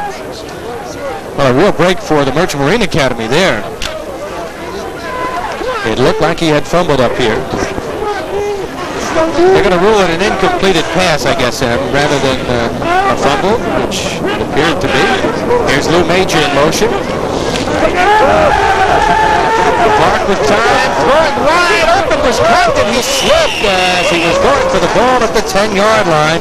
John Krug was defending, but John Cunningham was wide open once again. The second time he's been wide open on a pass today, but he slipped down at the 10, and that caused the incompletion. That was a poorly thrown ball by Clark, thrown away from his receiver. Had he got him inside the condom or even got it a little sooner to him, he would have had a big first down and possibly a touchdown. Alley will be trying to keep this ball from going into the end zone. He's standing back at the 50-yard line. Steps forward, boots a high one, and Teo will let the ball bounce in the end zone. It'll be a touchback, and it'll be 1st and 10 for St. John's at the 20-yard line. 3:59 to go here in the first half, and St. John's holding a 10-7 lead. Once again, let's go down to the field, and here's our colleague C.J. Pappas. Okay, back here on the sidelines of Redmond Field, speaking with, again, Anthony D'Souza. Anthony, you hurt your right knee last week. What happened? Run down on the punt with coverage, and I went to make a tap. I hit from the side, my torsion cottage in my knee. And once I got up, rolled it down, and they just cleaned it up, took out a couple of pieces of cottage, and I'll be fine. How long do you think you're going to be out? Week gonna be out. What does this do for your football career at St. John's? Are you going to try and come back and give it your best shot? Yeah, see how it feels and give it a shot. So it's going to be day by day. Okay, good luck the rest of the way. Now back to Barrett. Scott Cessny completing the pass to Dennis Mcdermott on the sideline. And enough for a first down. However, there is a flag on the play, and that first down may be negated. And looks like we'll have pushing illegal use of the hands on the receiver probably. Offensive pass interference, and that will negate the play. Let's see if you can spot it as Mcdermott makes the catch here. Again, here Cessny out on the roll, winging to his left as he is a southpaw. Gets the ball out to Mcdermott. Mcdermott does not get his feet in bounds. Incomplete pass. Well, they have tacked on a penalty, however, because the ball is back at the 10-yard line. So apparently that didn't look like he used it, unless earlier in the play he pushed trying to get out toward the sideline. But we picked it up a little bit later. Be that as it may, the ball is at the 10-yard line, and it's 2nd and 20. Donald Kadish is in the ball game as a wide receiver, number 82. Looks like they've got a blitz coming here, and DeSantis is taken down after a pickup of maybe a yard as the defense broke through right there. And a good defensive play by John Eckert, a speedy John Eckert out of Comac North High School, who's an outstanding pass rusher. What we haven't seen all afternoon, Barry, as we talked a little bit earlier at the top of our show, is the up position of the Kings Point linemen. They haven't done that at all this afternoon. They've been down basically in that sprinter's three-point stance. That's something that we had talked about would be different. St. John's would try to attack it with traps. St. John's doesn't want to force the ball up in the air here for have a possible interception, so they'll stay on the ground. They've got a hold, but DeSantis is tripped up. Joe Goodwin. Well, Joe Goodwin read it out extremely well and moved in quickly to stop DeSantis from getting upfield even further. He had a long way to go. He would have had across the 30, picked up some yardage up to about the 19, and Tricario will be kicking back at around the 5-yard line. Again, Richie Reynolds is the deep man, standing at around midfield. Reynolds on his own 46. Avoids one tackle, and he could go. One man to beat Tricario, and Tricario makes the save. So you don't fool me. But Tricario was a linebacker, you'll recall, last year, so he knows how to make some tackles. It isn't like you've got somebody out there who's new to making tackles. Exactly. Rich Reynolds gave him the old head fake and step with a leg. But Tricario held fast, maintained his balance, got down in the hitting position, and made the tackle. Let's watch it again here as you'll see the ball being fielded here by Reynolds. Makes an excellent move, gets upfield. Off to the right now, you'll see your punter, Tricario, break down as we call it, right here, makes a good tackle, wrapping up Reynolds for the stop. 31-yard return. Clark calling signals with Kings Point trying to take the lead here. Sparacino for about 3 to the 21-yard line before Pete Majewski brought him down. Majewski had an outstanding game against Pace. Is the leading tackler. He's had a total of 55 this year. And now we'll have a substitution as McGovern brings in a play from the sideline. Greg Toledo coming out as you look at the Redmond defense. Actually, that's their sideline. As we're just about set for the action here. Tricario, the man on the sideline, may have injured his knee on that the way he went down. Clark on the keeper has the first down inside the 15 at the 11-yard line. Steve Nees finally stopped him, but not before he picked up a first down, and it'll be 1st and 10 inside the 15 with under 2 minutes to go in the first half. Okay, Clark is putting a lot of pressure on the left side of the Redmond. They've got to come down and honor and respect Chris Clark as he comes down the line. Somebody's got to force him to make that pitch. If not, he turns the ball upfield with good execution. Clark, 6 foot, 175 pounds. Major lining up the top of your picture. Sparacino, the single setback behind Clark.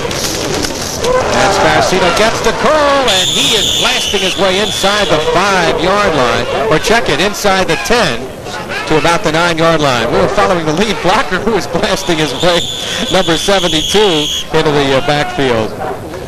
That guy didn't have the ball.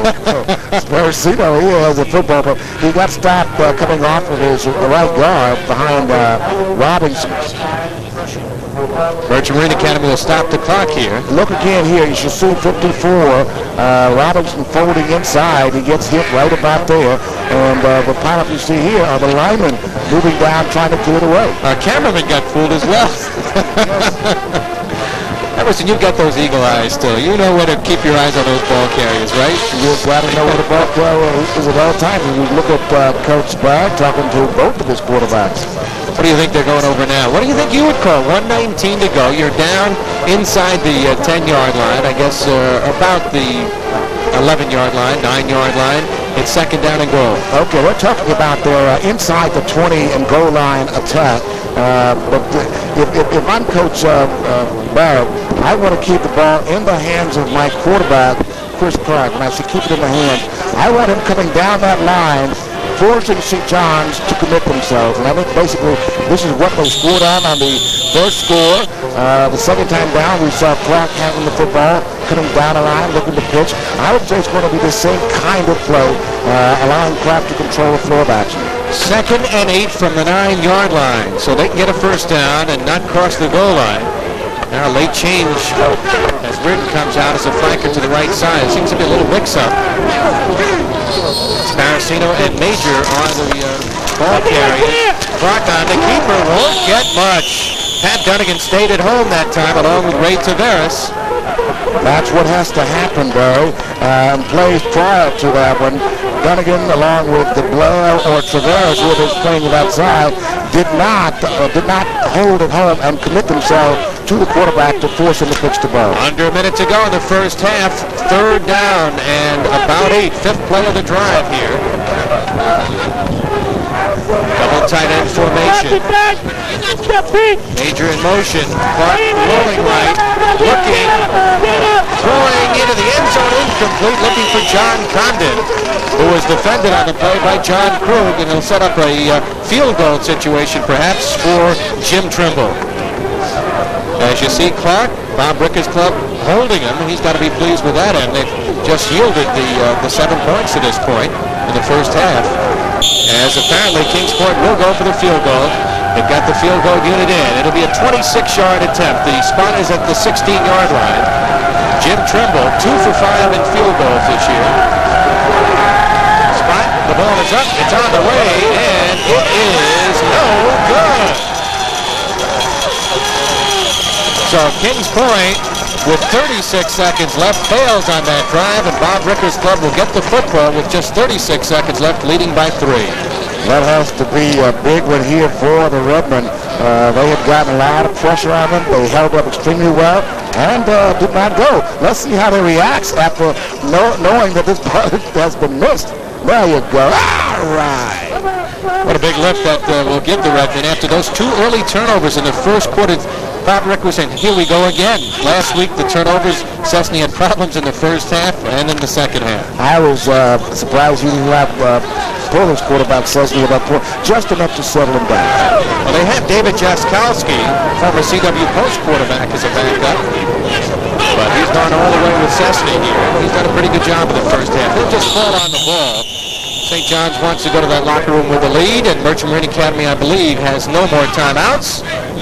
So I think they'll just have to maybe run one play, 25 seconds to go. And Merchant Marine will take its final timeout, so they have one left. 23 seconds left as Scott Cessny heads to the sideline. Well, this young man, stay-in-the-pocket quarterback yet. He's not a great athlete, doesn't have the greatest arm. They've had Paul Coster and some others have had greater arms, but right now, Bob Rick, even though they only have 10 points on the board, he's got to be pleased with the way he's bounced back. Yes, he has to. He's got 2 junior quarterbacks, and both can throw the football. Just a matter of who controls the club better. And I think right now, Cessny does handle the ball extremely well and can throw when given time. Well, talking to Dutch Ouderkirk, some of his technique was not as good as last year when he had a great year. You remember he threw for over 2,340 yards, a school record, and some 17 touchdowns. He also ran for 7. That was a great year as a sophomore. They're looking for those kinds of numbers again here in '88, but he's got a couple of new people that don't give him that kind of experience that he needs. And that offensive line has been hurt by injuries. A lot of people don't look at that. Again, Cessny will just fall to the field. That should do it for the first half. A little pushing and shoving going on. And we hope nothing will flare here. Now the officials throw some flags. We saw a couple of players unhappy. Brett Hawkins, number 56 in white, was unhappy, the captain of the Merchant Marine Academy team. 16 seconds to go, and you hate to see that, Em, because it's really needless at this point. It's been a good, pretty clean first half of football, and these teams respect one another, I'm sure.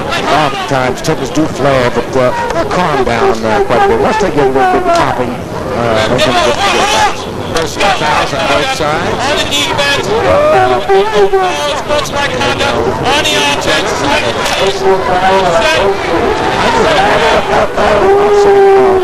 An infraction has occurred, and nobody actually gets penalized.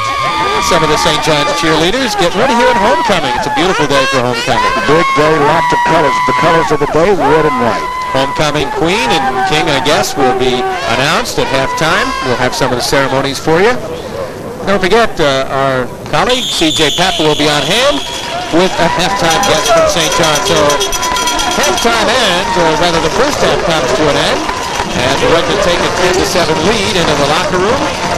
And St. John's, after falling behind on that 16-yard run by Clark, came back another way, the 18-yard touchdown reception off the pass from Cessny, and then the field goal by Tricario, giving them the 10-7 lead that they enjoy right now at halftime. Don't forget, next week, the Redmen take on Tom Marshall's improved CW Post Pioneers, and you'll see that game on the Long Island Sports Network. And Emerson following that in a couple of weeks, big high school football game. Hempstead ranked number 1 in the state against Farmingdale ranked number 2. So that's the story. CJ down the sidelines, and did they get it? Yes, they went out of bounds at the 22-yard line. Manny DeSantis showing that breakaway ability, which he had shown in that first game against Iona when he rushed for 119 yards, almost going all the way. Just stepped out of bounds, and the last man over there was Robert Sasso, number 1M, that may have just pushed him over that sideline, or he may have stepped out on his own, but Bob Rick has got to be pleased with that kickoff return. Either way, it shows that the Santos can do the kind of thing that Coach Ricker and Coach Ouderkirk, his offensive personnel, felt as though he could do. Let's take another look again at our replay. Right there, he steps on the line again twice, gets back on track, but it was too late. He had gone out of bounds. Good work by our end zone camera, and Larry Roth's crew doing another bang-up job. 1st and 10 for the Redmen. Cessny on the pitch now, trying to turn upfield is Julio Teo, and he is stopped at around the 22-yard line. No gain on the play. Ed McErlane out of Connecticut High School, number 60. Very strong, quick hitter, making the stop. And St. John's now with a 2nd and 10 as they make some changes. Out of the ball game, Donald Kadish, number 82. And the Redmen trying to up their lead right now. 68-yard kickoff return. Setting up this drive. Motherway lines up wide to the right. Cessny looking that way. Looking on a drag over the middle to Cosenza. And Cosenza has the first down inside the 10-yard line and around the 9. So John Cosenza releasing out of the backfield, open, and Mark Romani brought him down, but not before St. John's picked up a first down. And look at Cosenza hobble off. You remember he hurt his leg in that first quarter. Well, let's take another look at it again, see if we can find out how he hurt himself. As you see, Cosenza, Cessny rather, back to throw. He finds his fullback coming out with a lead blocker, number 53, in front of him, Noah. And right about here, he starts to make a cut back inside. Somewhere on those 2 cuts, he re-injured that ankle. Paul Radulski has replaced him in the backfield. Cessny looking to go for the touchdown to Mcdermott, and almost intercepted by Mark Whalen. Mark Whalen, who has 2 interceptions over there defending on the play. Not a well-thrown ball by Cessny because Mcdermott was covered on that play, and he just didn't lead him long enough either. That's correct, Barry. Had he got the ball just about, I'd say about a foot higher, he would have had 6 points. By being thrown a little bit lower, it allowed the quarterback, Whalen, number 25, to work under the ball and almost come up with an interception. Cosenza's their number 2 receiver, and you see his ankle being worked on over on the sideline. 2nd and goal for St. John's. Play action, Cessny. He's got a blocker out there with him. He'll keep and gets to the 4-yard line. Brett Hawkins that time came in, forced the quarterback Cessny to turn it up inside, not allowing him to get outside. Somebody who had an option to throw or run the football made a touchdown-saving tackle there. There's Cosenza. Those are his stats rushing, but he made a fine reception and good run to set up this potential touchdown drive. DeSantis carried the ball 11 times in the first half for 32 yards, and as we mentioned, Cessny 7 for 11 in the first half, 125 yards, 1 touchdown. Bobby Thompson now in the ball game as a tight end. Now we get a flag, too much time, and Bob Ricker going to scratch his head. Dutch Outerkirk very upset on the sideline, the offensive coordinator. That really hurts him. Anytime you're inside the 10-yard line in a goal-to-go situation, look at Bob Ricker's face. I just saw Coach Ricker throw his hands up. What are you doing to me? What are you doing to me, says. Hey, come on. Get him out of that huddle. So the ball now back to the 9-yard line, where it sets up 3rd down. We will look here, Bell, to go to number 89, Dennis Motherwell. He's over being covered by Richie Reynolds, and he's deep in the area. So how did he come back to that ball play? Brett Hawkins out of the ballgame, replaced by John Eckert, a good pass rusher. Cessny with time, looking for Motherway, incomplete. Emerson Boozer right on the money. Richie Reynolds, number 19, was defending, but Cessny fired it and missed it. Had him open, just threw the ball inside, causing Motherway to turn to try to get the ball. Had he thrown it over his inside shoulder, he would have had 6 points. So Anthony Tricario will have a field goal attempt, I'm sure.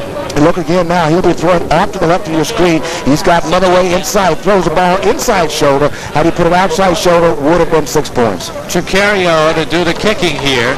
It'll be a 17-yard spot, blocked by Leske, chased down by St. John's. It's recovered by St. John's. With the ball is Dennis Mcdermott, and out of bounds. What a big defensive play by the Mariners. Look at Dennis Barrett, you saw on the sideline. Tricario say, what happened on that one? Good defensive play and smart move by the REDMEN. As you'll watch again, if we can get a replay of the last play, you'll see Dennis Mcdermott outrun one of the Merchant Marines and actually grab him, pulling him away from the football and recovered himself. Well, St. John's won a game earlier this year when they blocked an extra point conversion, and Steve Nees raced the entire length of the field against Iona and scored 2 points, part of that new rule if you block an extra point and go all the way in the end zone. And that won the game for St. John's 26-24. All right, let's see if Kings Point can cash in now after the big emotional lift on the block kick. Clark calling signals to Sparacino, and he gets about 5 tough yards before he's down by Matt Grimaldi. By the way, Sparacino gained 42 yards on 11 carries in the first half. Clark gained 38 yards in 8 carries. And Clark, as far as his throwing was concerned, got off to a real hot start, missed his last 7 passing attempts, and wound up 5 for 14 for 62 yards in that first half. He's trying to settle down now, getting his big fullback, his workhorse, back in the play, so that'll loosen up his passing attack.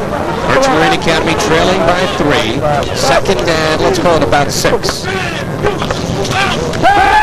Clark looking to the near sideline, in and out of the hands of Pat McGovern. Matt Grimaldi again over there, and you can see why Grimaldi is called Charlie Hustle. He never quits. He's always around that football, playing that cornerback spot, Matt Grimaldi, number 19. And just poor concentration by McGovern. Had his hands on the football as he turned to run, lost control. It makes it pretty difficult for your offensive unit to move the football once seemingly you've gotten an outlet to a receiver and he doesn't hold on to it. Greg Toledo will line up going off the field right now as McGovern will stay in. Lou Major in the backfield along with Sparacino. There's Major. Sideline camera. Number 29. 3rd and about 6. Clark to put it up.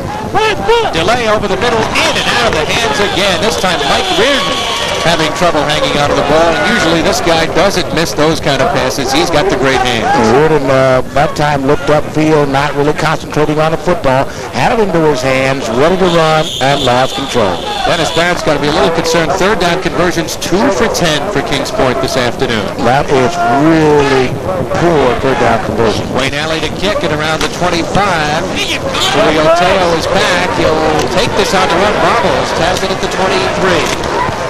Down the near sideline, bumped out of bounds, and St. John's will have it. In pretty good position, John Eckert knocking him out. And St. John's with that 3-point lead will take over. 39-yard punt. And so far the turnovers, St. John's has had 3 of them.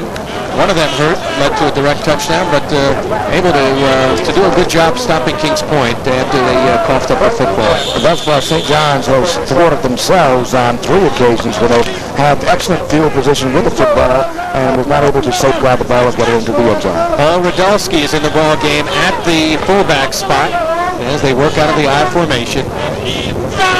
Scott Cessny on the pitch. This is DeSantis hopping over Radulski and shoved back as Radulski was trying to block Earl Burns, I believe, over there. And the play broke down. Mark Bramani coming in on the stop for Kings Point. And it'll be a loss on that play. DeSantis really leveled on that one. Again, look at it, down low. Great blocking at the point of attack, but excellent hitting here by the linebacking core of the Merchant Marines. Mark Bramani with a very good hit. We have a stoppage in play right now, 10:48 to go. Timeout taken by the Merchant Marine Academy. As coming out of the ballgame is Brett Hawkins, the strong side linebacker for the Merchant Marine. And here's a look at the quarterbacks. Right up to date. Clark 5 for 16, 62 yards. And Cessny 8 for 14 for 134 or so. Emma, in the second half, what do you look for as far as maybe a turning point or two? Neither club will change their original game plan. St. John's being a club that left to throw the football and always have left to throw it, except when they've had the good fullbacks like Blygen and several others. But they will throw the football continually. For the Merchant Marine Academy to be successful, they've got to spring the big fullbacks, Barcino. He makes things happen for the Merchant Marine, open the passing lanes up because they're concerned about the big fullback. 10:48 to go, third quarter. In case you're just tuning in, quick check of the scoring summary.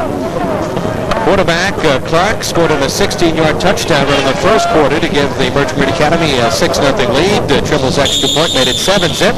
Back came St. John's, 6 plays, 56 yards. An 18-yard pass from Cessny to Motherway made it 7-6. The extra point by Tricario tied it.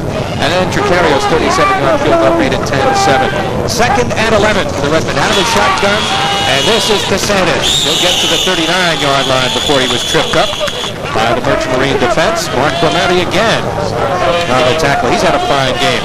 His dad, by the way, was an All-American lacrosse goalie at Cortland State. And Bramani missed some 9 games last year, got hurt in the opening game, and has come back to play a very strong game despite having some problems with his knees. Played that last play extremely well. Got into the St. John's blocker, Whitney blocker, controlled it, and then cut off inside to make the tackle. Redmond working out of the shotgun. Cessny trying to get out of trouble, and he will not escape. Earl Burns, number 83, who has had a couple of sacks this year, comes up with one. He was their leading sack man last year. Very steady player and good against the run, a very fiery competitor. Earl Burns out of Holland, Pennsylvania. It could be very disheartening for the Redmen. They've gone into their shotgun attack. Little quarterback, no passing time, yet he's not getting it. Fourth down, so Tricario will be kicking to Richie Reynolds, who's received a lot of punts today. High, end over end kick, calls for the fair catch at the 34. Redmen almost didn't give him enough room there. And the Merchant Marine trailing by 3 will take over. 37-yard, make it a 32-yard punt, no return. And it'll be 1st and 10 for the Merchant Marine. The Merchant Marine soccer team having a fine season, by the way. They're 8-2, led by co-captains Tommy Weisberg of Rockville Center from Chaminade High School and Mike Kirst from St. James, playing for Smithtown East High School in the past.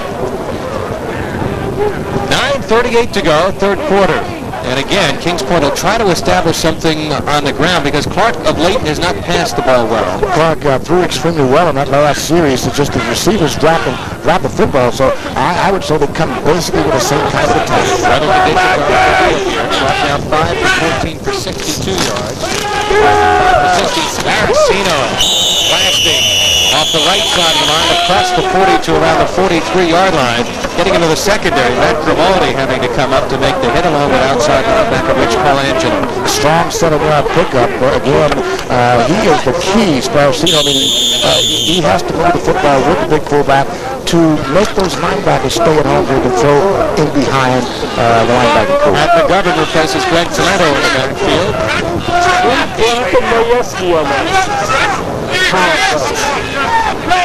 Markover searches Petrucci, the center. This time Sparacino bounces off one would-be tackler, falls forward but shy of the first down. Only got about a yard there.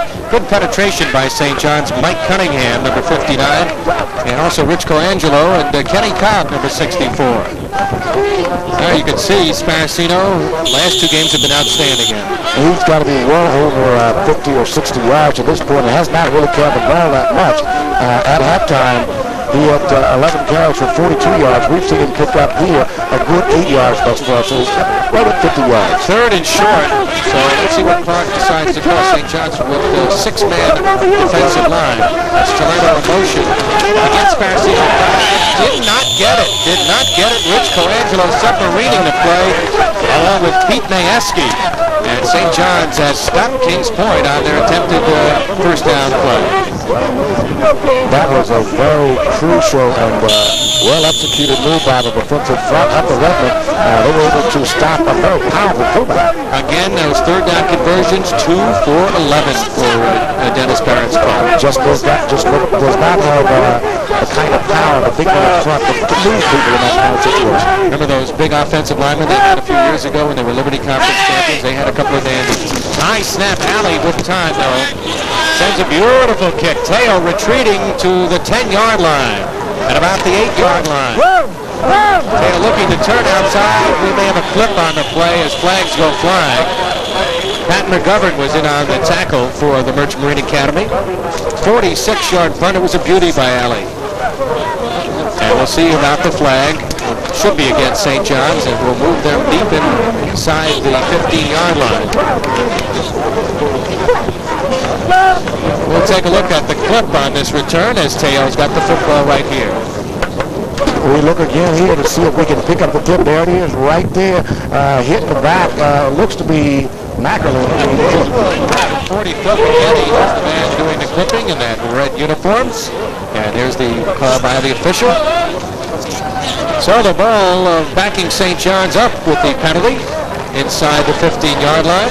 Let's go to CJ down on the field. Here's our man, Mr. Pat.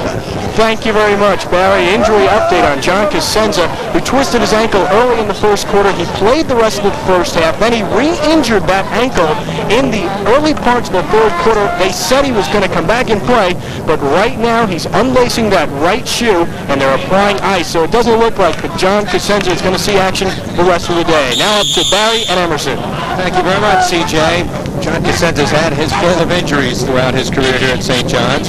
St. John's penalized 7 times for 63. Here's DeSantis. Bromati after him. He turns the corner, but strung out of bounds. Did not pick up much on that run. And it'll be a second down play coming up with 7:22 to go. And there is Cosenza being attended to on the sideline. Tape being peeled away. First the sock. You don't worry about taking it out neatly. You just take the scissors and snip her away. Do the same thing with a tape. REDMEN holding on to a 10-7 lead, trying to beat the Merchant Marine Academy for the first time in the 4 years they've played. 2 years ago, St. John's was leading late in the ball game, and then Merchant Marine Academy came on for a 24-21 win. Cessny to throw on second down. Has plenty of time. Throwing for the sideline for Mcdermott. And it'll be intercepted by Richie Reynolds. Oh, it's Krebs, Harold Krebs, number 18. Looking to turn back, stumbling, still on his feet. Avoids another tackle, and he may go. Harold Krebs into the end zone with a touchdown. We talked about Merchant Marine Academy being a big play team, especially against St. John's, and here it is again. And that was a big play. You've got them backed up. You've got bodies strewn all over the place, both Redmond and Merchant Marines being down on the floor. It looks to be the quarterback, number 10, Scott Cesney, of the Redmond is down. We haven't been able to pick up the Merchant Marines down on the turf. That kind of a play, it's going to happen when you have an interception. Blocks are thrown by guys not used to throwing blocks. Defensive players now turned into offensive players, and vice versa. Exactly, Barry. You've got to somewhat get your hip on a swivel, like some of those little dolls, football dolls you see that bounces around. You've got to get it moving at all times. It looks to be number 18. That was Harold Krebs on the sideline, who they were patting on the top of the head on the interception. Let's take a look at this replay. Looks like the knee of Scott Cesney. Cesney now gets hit just as he delivers. We don't know whether he got up again, but he gets the ball down. Reynolds steps underneath, makes the interception. Oh, was that Reynolds? Not Reynolds. Krebs makes the interception and an outstanding run, coming back against the grain, picks up his blockers. And what's amazing about this all, bro, they were not called for clips. Great recovery by Krebs out of Garden City High School. Well, you saw how Cesney got hurt right there in that little pile-up.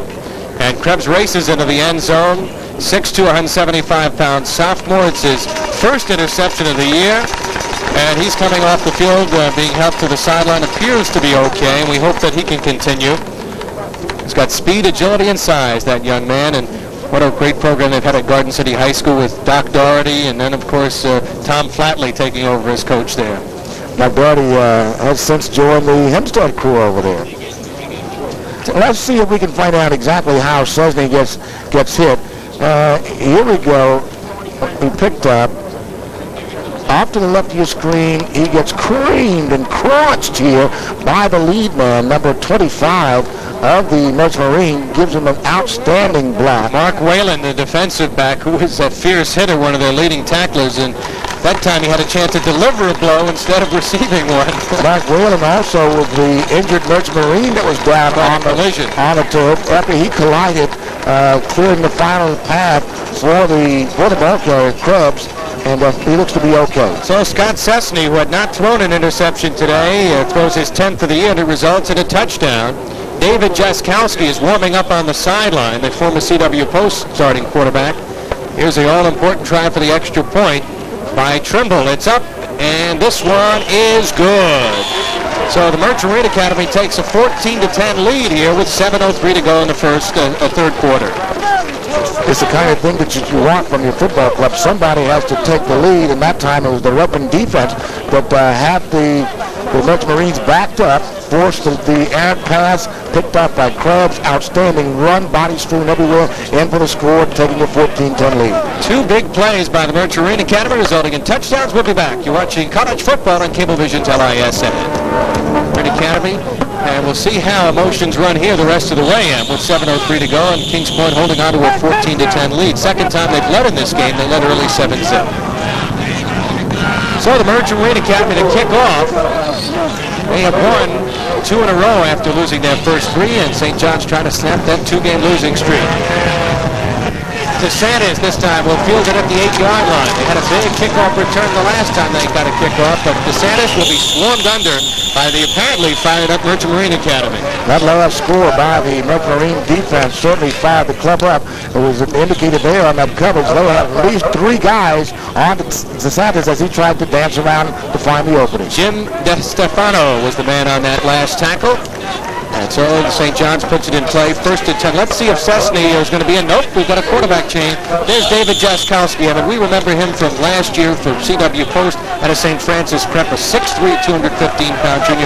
What can we look for from him? Here's a guy that if you've got to throw deep, he can get the ball downfield. He's got a much stronger arm than Cesney and probably a little bit more experience. So they're going without John Cosenza and Scott Cesney. There's 2 of the starters in the backfield, and Jaskowski will screen it out to DeSantis, chased by Leske, and Leske able to run him to the sideline where he goes out of bounds, stopping the clock with 6:50 to go here in the third quarter.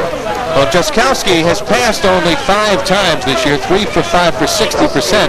But last year, Ann, his stats, 113 for 266, only 42% completion at post, and he had a lot of interceptions, 17 interceptions and 15 touchdowns, however. Here's a case here, as we just saw Cecily on the sideline. He probably wants to get back in, but Coach Rickett will give his backup quarterback, Jaskowski, a chance to go out and play, and this guy can't play. Donald Kadich now in the ball game as a wide receiver. Here's DeSantis. He will not get much, maybe to the 30. It'll be a 3rd and about 4 play. As again, Kings Point doing a good job shutting off any St. John's attempts at running the football. Now, Jaskowski did have a good game last year playing for post against Kings Point, and he was 16 for 31 for 233 yards and 2 touchdowns. So that has got to figure a little bit in his confidence level.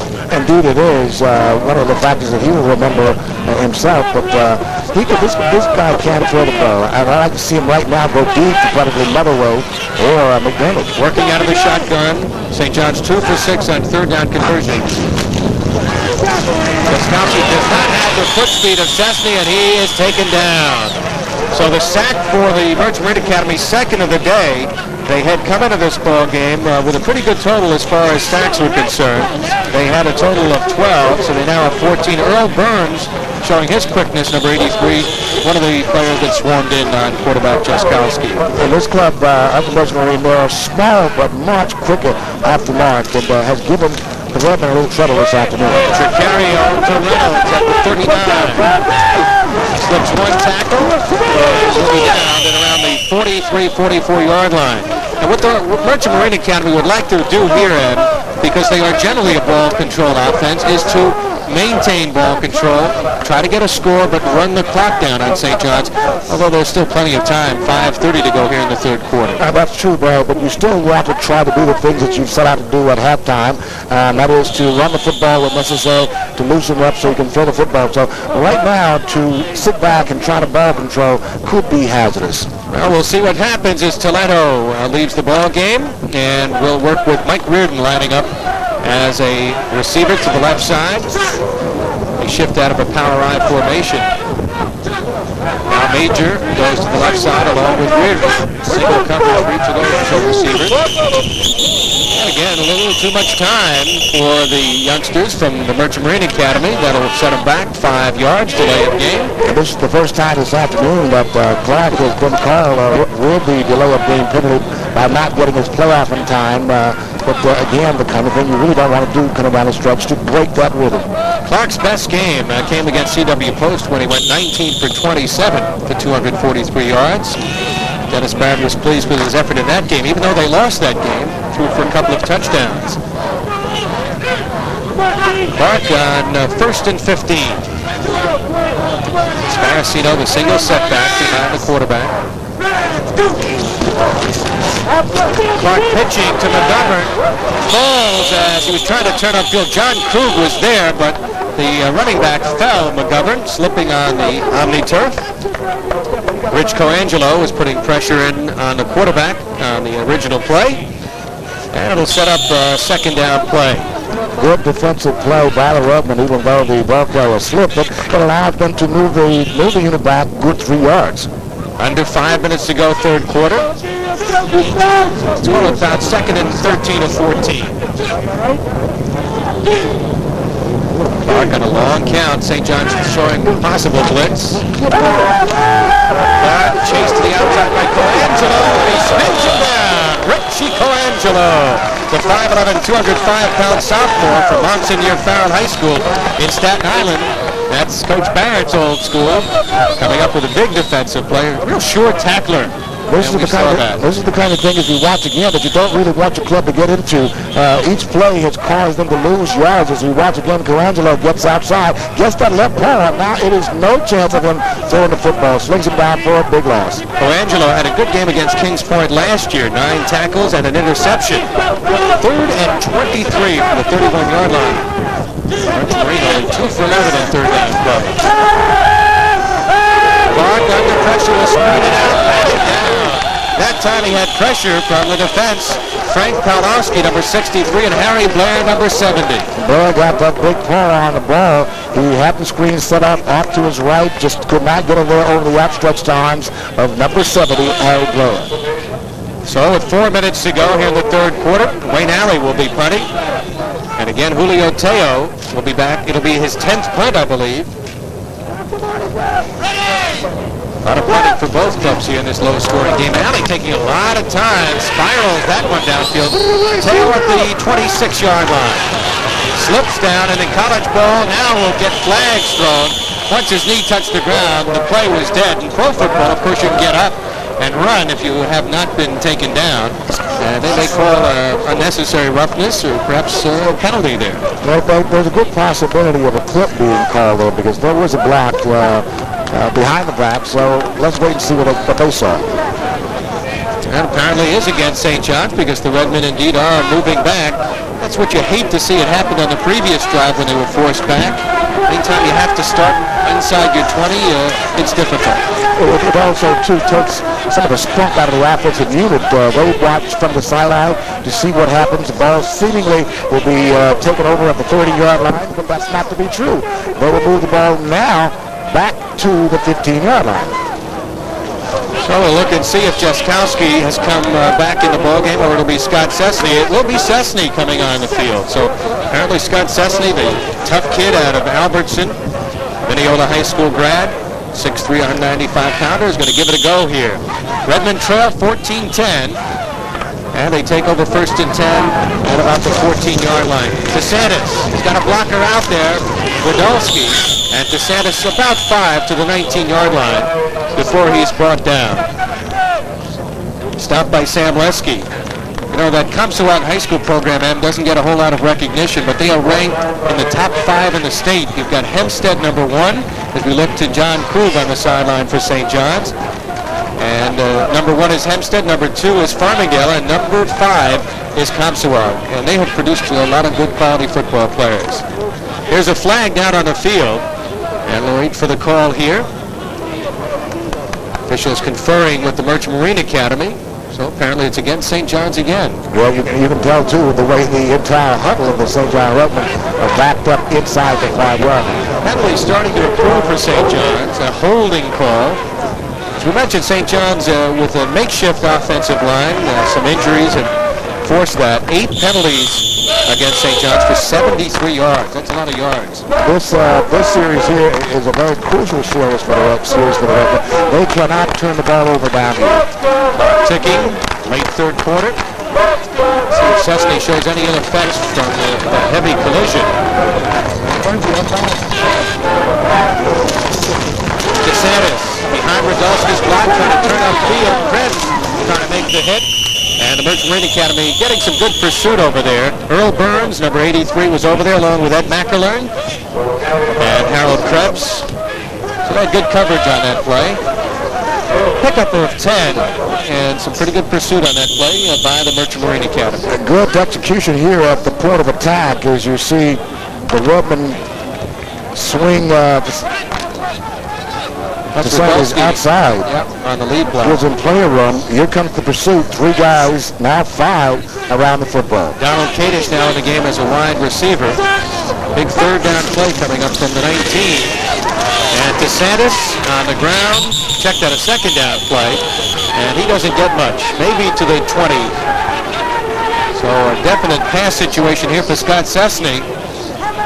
And there is St. John's. And they've got to wonder, what is it about Kings Point? We can't beat these guys. They're trying for the 4th year in a row to do it. They understand why they're behind right now. Not that they've been overplayed, overpowered. Just an errant pass by the offense of the Redmen. They just now must gain control of the momentum they've had, and they're going down with a score. Big third down play coming up. Call it 3rd and about 4. Scott Cessny screening it off. Intercepted at McAlern at the 20-yard line, at the 16-yard line. Poorly thrown ball, second interception, right into the arms of Ed McAlern, the 5'11", 196-pound sophomore from Cadet Quad High School. James Libretti is hurt down on the field right now for St. John's, the offensive lineman. The Redmen's offense did the thing that we thought that they had to not do, and that is to turn the ball over. We'll take a look at that turnover by Szczesny. Gets a little bit of pressure here coming inside. Tried to loop the ball over the head to the lineman. Throws the ball directly into the hand of the opposition, and that is very costly. McElwain finally brought down. Libretti is being attended to, the 6'4", 245-pound junior from Nazareth High School in Brooklyn, 3-year starter. And there's an unhappy Scott Szczesny, and the last 2 times he's been in the ball game, 2 interceptions. And right now the turnovers, which had plagued St. John's last week, when Szczesny had 3 fumbles and 1 interception, and the previous week against Fordham, making Bob Ricka a very unhappy man. And David Jaskowski maybe seeing a little more action here in the latter stages of this game. And I think he'll stay basically with Szczesny, but I think he does need looking at when you've got pressure, you've got people open, you just don't throw the ball up for grabs, especially down the middle, right? Well, Jimmy Libretti has had problems with his knee. Missed part of last season with a knee injury, and we'll look at the interception right here. Off the pass of Scott Szczesny, right into the arms of Ed McElwain. This you don't do. The receiver, the intended receiver, has his back turned, and as you'll see, McElwain picks it up, goes unbound, loses well.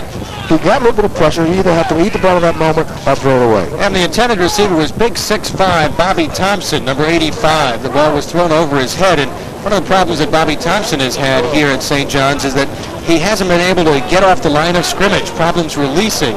How difficult is that to learn? It can be tough as you look again here at number 60, Big Ed McElwain. Had a chance to say hello to his father just prior to the ball game. He says, watch that kid, he's coming. He is a good promising ball player for the American Marine Academy. Getting back to that point, how difficult is it learning from a tight end's point of view, a Mickey Schuler or the Mark Bavels, to release off the line of scrimmage when you have somebody really trying to shut you down? First, Barry, you've got to be tough. You've got to be a fighter. You've got to be able to come in and bang heads with a guy. If he gives you shots, you've got to give him a shot back. You've got to learn to use the hands, the arms, and the entire body to get away from those defenders. Jim Libretti with those problem knees being wheeled off by the St. John's training staff. And boy, injuries over the years have really decimated St. John's with the offensive line. Their starting offensive lineman, Valentino, the starting center, he got hurt early. He's out for the year.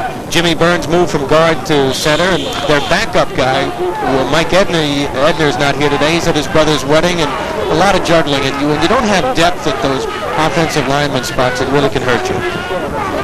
So here we go now with a big situation for the Merchant Marine Academy. Leading here, the ball game clock being pressured and pulled down. Leske with the... So a big defensive play by St. John's. And coming up with the play, Pete Majewski, number 34. As Clark really run down. Maybe St. John's is fired up now. They're going to come up with a big defensive stand. The defense is fired up. They know what they have to do. They cannot allow the American Marine to get any points. 6 points, we're going 3 at this point, and they're playing in that fashion.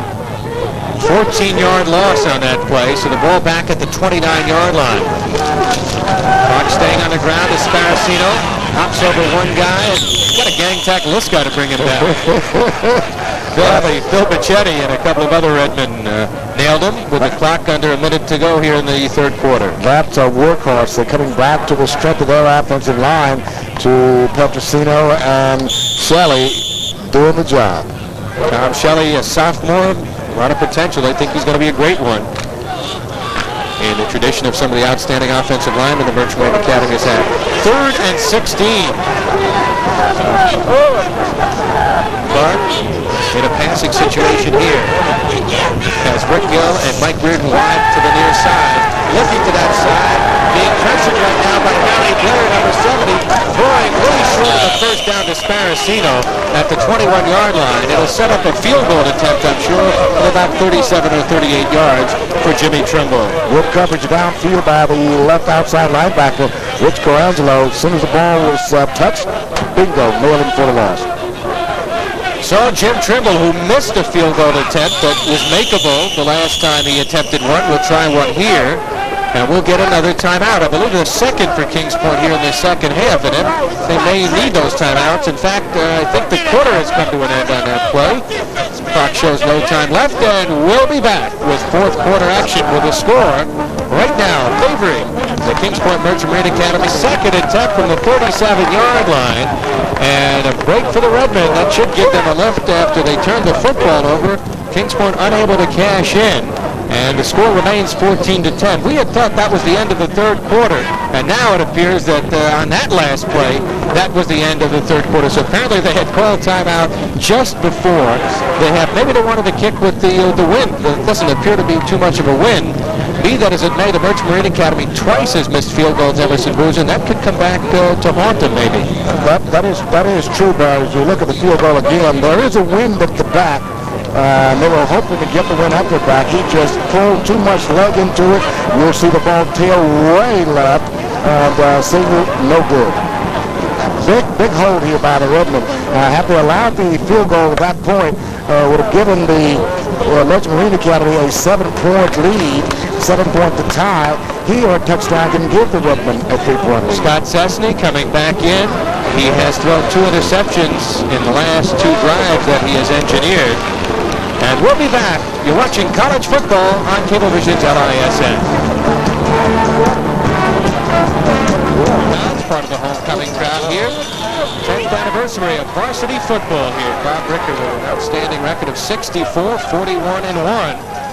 Trying to gather his club to a victory here today. They trail by 4 here. Scott Cessny is the quarterback. Cessny had a pretty good first half, but has thrown 2 interceptions here in the second. Flag goes down. Cessny rolling to the 25, close to the first down as he's out of bounds. However, there was a flag thrown very early on that play. And let's see if we can see the preliminary indication. Probably will be against St. John's from where the flag was thrown at the 20. Officials confer. There's the referee, Mr. Stanley, offside against the Merchant Marine Academy. So Kings Point with a penalty. They haven't had too many called on it. Maybe a future cheerleader there, Em. I would say yes. Turn around, that young lady. See more promising activity in the corner than on the football field. Well, it looks as though the Redmen will accept the penalty and decline the play.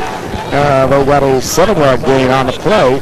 So by taking the penalty, and now remains first down. 1st and 5 at the 25. Scott Cessny will have a change in his lineup right now as St. John's sends in a wide receiver. Robert Mckinney actually coming in at tight end, replacing Bobby Thompson. So he's got to play from the sideline. McKinney, number 81. Cessny under pressure, throws it away as he was really ripped to the turf. Another flag on the play. And right now they're really coming. And Cessny, one of his qualities, he's a tough guy. He'll stay in that pocket till the last minute to throw it. And he did right there, and he paid the price. Let's watch it again here as we watch the back of Cessny as he gets back, trying to set up the screen off to his right. He notices that he gets a lot of pressure here. He didn't try to complete this pass here. He knew he was in danger. He threw it away. Well, I think there was a flag thrown, but they have now negated that. It's possibly a grounding, but then was called. So we'll set up a 2nd down play here for the Redmen. 2nd and still 5. Again, Cessny out of the shotgun. Throwing, he's got a man open, complete to the tight end, Bobby Thompson. Has the first down at the 39-yard line. So Thompson, who has good hands out of Holy Cross High School nearby Flushing, comes up with a reception. That is his 2nd of the year. Nice touch that time by Cessny, finding his tight end. We'll watch it again here as he gets a little pressure from the shotgun. He finds his tight end, 85, Bob Thomas, down the right side. As you see, Thomas swings out here with 20 yards downfield. Nice pickup. So Bobby Thompson coming up with a reception on the draw play to Sanders. Has 10 yards. Breaks one tackle. Still fighting for extra yardage down to around the 41-yard line. So a nice draw play that time for DeSantis. Harold Krebs in the secondary finally brought him down. But St. John's with 2 nice offensive plays here, moving to the 41-yard line. To have them ripe and ready for that kind of play, Barry. The meaning Sussman, he did it extremely well. As we watch again here, he's back. Again, taking a roll, as you'll see, number 33, DeSantis stands as if he's going to block, receives the handoff, and the rest is on his own. Nice bit of running. Brett Hawkins has come out, and John Eckert is coming in linebacker for Kings Point. Eckert, number 50. That's Mcdermott in motion. Eckert putting pressure from the backside. It is complete upfield. Mcdermott inside the 15 and down at the 11 or 10-yard line. Harold Krebs and Richie Reynolds combining on the stop, but Mcdermott wide open and the Redmen on the march here trying to take the lead. Okay, that's why Selzny still remains in the ballgame. Coach Recca and his offensive coordinator, Dutch Outerclicker, believe in this young man. We'll watch him again here as he gets pressured from his left. He stands tall in the pocket, releases the ball, finds number 26, Mr. Reliable, Dennis Mcdermott. Mcdermott, their leading receiver, had caught 30 passes.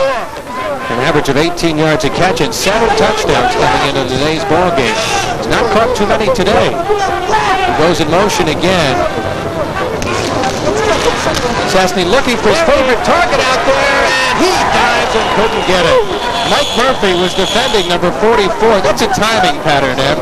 And it's interesting that they're putting Mcdermott in motion here. What are they trying to do? Isolate on one of the defensive backs with that? Motion does two things. Gives you sometimes isolation. Number two, to confusion. No one was confused at that time. He was covered very well. Murphy went with him. Just the ball slightly overthrown. 13:22 to go here in the fourth quarter. Dennis Motherway comes into the ball game, replacing Donald Kadish. St. John's trailing by 4. By the way, that pass from Cessny to Mcdermott was a 30-yard pass. Cessny now 10 for 19, throwing complete downfield. Radulski for touchdown. So Paul Radulski out of Berner High School in Massapequa, known more for his blocking, comes up with a touchdown reception, his first catch of the year. Radulski is a fine, promising prospect here for the Redmen. He was an all-conference high school back at Berner High School in Massapequa. And to see him go across with his first collegiate touchdown has to be thrilling. Just a sophomore, so Paul Radulski coming up with it. And Cessny with a good call. That's got to please Dutch Outerkirk on the sideline. Important try for the extra point. Tricario, high snap, Mcdermott the holder, and it's blocked. Picked up. Remember, they could go for the length of the field. You've got to tackle these guys now. That's how St. John's beat Iona. I like this addition going. And it was blocked. Dennis Mcdermott made the tackle, but trying to figure out who made the block on that one for Kings Point. I believe it was Earl Burns, number 83. So that makes it interesting as far as the points. It's 16 right now to 14 in favor of St. John's. We've got a replay again coming up here on the touchdowns. You'll see Cessny sitting in the pocket. He waits for his backup fullback, Paul Radulski, to clear, and that he does, makes the reception and stumbles into the end zone. Good blocking by the St. John's offensive line there. Again, you'll see number 43 starts to bend out now. Ball's out to Cessny, good concentration, makes the catch, and stumbles in. Missed coverage on that end? Yes, I would say, missed coverage. Perhaps the linebacker not picking up the back. Late getting over. All right, Coach Boozer. Late getting over. Hope you're enjoying the action. We've got a dandy. St. John's leading 16-14. A lot of time left, 13:15 to go here in the fourth quarter. As the Redmen will be kicking off, and this homecoming crowd livens it up. And again, Cessny showing some interesting ability. He makes mistakes, but twice he's been able to come back and put his club into the lead after turnovers hurt him. Prior to this year, Cessny hadn't made those kind of mistakes. This year he's been around it. Reynolds will down the football in the end zone on the touchback. Merchant Marine Academy will put it in play 1st and 10 at the 20-yard line. And you go back to those 2 missed field goals by Trimble that could really hurt Kings Point. They would have been in the lead right now. Here's the scoring summary of the last play. That's for St. John's, rather. Key factor here for the U.S. Merchant Marine Academy here. That one here is long gone. That was a St. John's touchdown drive. And it went, of course, with Radulski on the receiving end. That cheerleader was delighted with that. So here we go with the Merchant Marine Academy putting in play 1st and 10. Chris Clark remains in at quarterback. Sparacino gets the call, blasts his way for about 6 or 7 to around the 27-yard line. Stopped by Pat Dunnigan. Scott Selzny is a very intelligent man, young man. One of the things that Bob Rickett does like about him, he studies a lot, he works hard at his game. He's a very intense young man. To play this game, Barry, as an offensive or defensive player, you've got to put time into what you're doing, especially at the QB slot. Clock on second down and about 3 from the 27-yard line. Sparacino will give you his numbers in a moment. He's been the bread and butter ball carrier. Gets the call again off the right side of the line. And he breaks across the 30, has the first down up to the 32, 33-yard line. It's the first down of the second half for the Merchant Marine Academy. Sparacino has averaged 4.4 yards a carry this year. His longest game, 19 yards. He's got to be somewhere around that same average today, Brian. We have not seen him stop too many times, either at the line of scrimmage or short of 4 yards, except maybe one in the first half on a critical third down. Good point, Ev. He's 18 for 69, so that's less than 4 yards a carry. St. John's has done a good job. First and 10 for the Merchant Marine Academy, trailing by 2. Back to the sideline, overthrows his intended receiver. Mcdermott was defending on the play. Clock stops with 12:07 to go here in the fourth quarter. Again, a reminder, we'll have Dennis Barrett's club later on in the season, against the Hofstra Flying Dutchman, November 12th. That could be a pivotal game for Hofstra, depending on what happens today against Wagner over at Grimes Hill, Staten Island. That's correct. Both clubs undefeated going into play today. Actually, Wagner had lost a game earlier this season, but ranked in the top 10 in the country in Division III. Clock to the sideline, and this one is ruled complete. And it'll be shy of the first down. I believe Lou Major was the intended receiver who came up with the ball. Harry Blair and Matt Grimaldi were defending on the play. 3rd and 6 at the 36-yard line. What do you think he'll go with here, Ed? He's going to have to come back with his roll. It's pretty difficult to ask for a fullback to give you 6 this far back across the 50, so we'll see him loaded with football and throw. Fox percentage, not a good one. 7 for 20, as you saw. Little play action in trouble! Dunnigan coming up with the big play along with Greg Scacchinosi.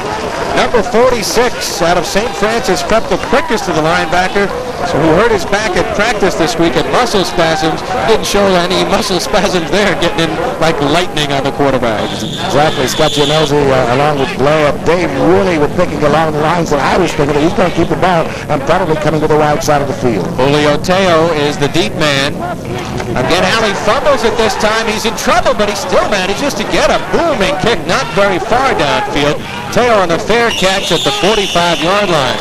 So give Alley some good marks of having the presence of mind to get that away, but he kicked it almost straight up in the air. Didn't go very far. Only a 27-yard punt, but no return. Could have been disaster here for the Redmen had he not gotten the ball out there. Alley has punted 9 times, averaging about 38 yards, but that one only 27 yards. Well, St. John's in a great spot here, at the 45-yard line, leading by 2 and a touchdown now would give them a 9-point lead. Okay, let's see if Selzny has control of his unit to go over and push him down for another score. 11:21 to go, fourth quarter. Mcdermott going in motion. It's got a new wrinkle here in the second half. Selzny looking near sideline for the tight end, or from other way, he's got it. Spins away, and he could go. Wrestled down finally by Mike Murphy. Goal to go for the St. John's Redmen. Okay, Selzny got out to Monterey, and Monterey was totally determined to either score or get it down as closely as he possibly can. So the Redmen are well inside the 10. Let's look at it again here. You might call this somewhat of a little fade or an out, but he gets the ball out to his flanker, Dennis Motherwell. The rest here is done by Motherwell, a big guy of 6'3", 180 pounds. He fights for everything he gets. It looks as though for one moment he'd get away for the score. Mike Murphy initially missed him, then got back up and made the tackle. Give him credit for not for hustling on the play. And of course, Harold Krebs had problems. He shed a tackle there. Now we have Murphy down on the field injured after making the tackle. And also we have discussion going on now with the St. John's player. There you see the injured player Mike Murphy, 5'9", 170-pound junior from Harrisburg, Pennsylvania. And he is filling in today for the normal strong safety Mike Ricciardi, who has a blood problem and out with ulcers, who's the best defensive back at all. So they're missing a fine football player, Ricciardi, and St. John's now taking advantage of maybe some inexperience back there. And that they are, and Ricciardi played that strong safety position, but Murphy has played extremely well today. He's been in a trail position, gave up a touchdown once today, just by not being exposed enough in that secondary. So St. John's coming up with the big plays, and what they found out today, Emerson, that Dennis Motherway, who had caught only 7 passes coming in today, is a fine receiver, and Scott Sesney, with some decent numbers now, is going to him now, and he has caught some big passes. Despite his 2 interceptions, and we're waiting till he finish here, bro. All right, and here we go now. 1st and goal for the Redmen. And DeSantis bouncing off a couple of guys to about the 3-yard line. Despite his 2 fumbles early in the first half, and then it's 2 interceptions, he has remained calm and poised, directing his offensive unit. And that has been a big sign. He has come back leading his club. And right now, with the passes that he has completed today, he has over 3,811 yards. That pushes him to 2nd on the all-time passing yardage list here at St. John's, just behind Todd Jamison. He's just passed Paul Coster, who played here at St. John's and was an outstanding quarterback. Impressive numbers for Scott Sesney. Working out of the eye, Radulski is the fullback. DeSantis, the tailback, looking for Mcdermott, and he could not hang on. Mark Whalen, number 25, defending. Clock stops with 10:07 to go, and St. John's now faced with a 3rd down play. Motherway 5 for 132 and 1 touchdown today. That almost equals what he had all season. Well, Mcdermott is down in the corner of the end zone. As we watch again here, Sesney tries to go to Mcdermott. Something happened to Mcdermott on his way. He did one wave, gets his finger on it, but something happened at this point. Well, he's limping back toward the sideline, and he'll be replaced by Dennis Motherway. So Motherway comes in, Bob Ricca and Scott Sesney discussing what this key 3rd down play will be at. St. John's leading by a scant 2 points, 16-14.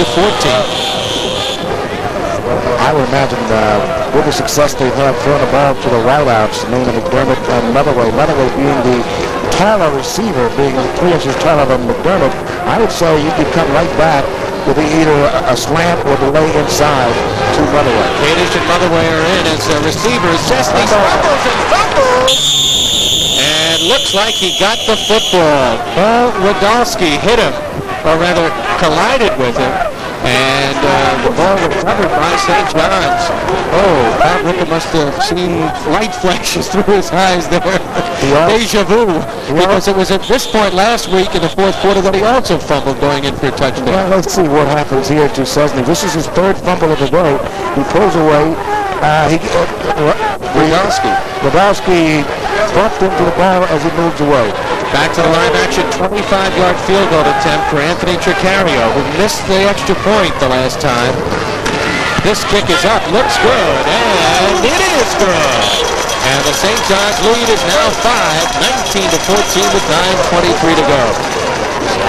5-point lead, and part of the homecoming crowd. St. John's, I guess, happy to come out of that crowd with something, but they sure would have loved 7. And we'll be right back. You're watching college football on Cablevision's Long Island Sports Network.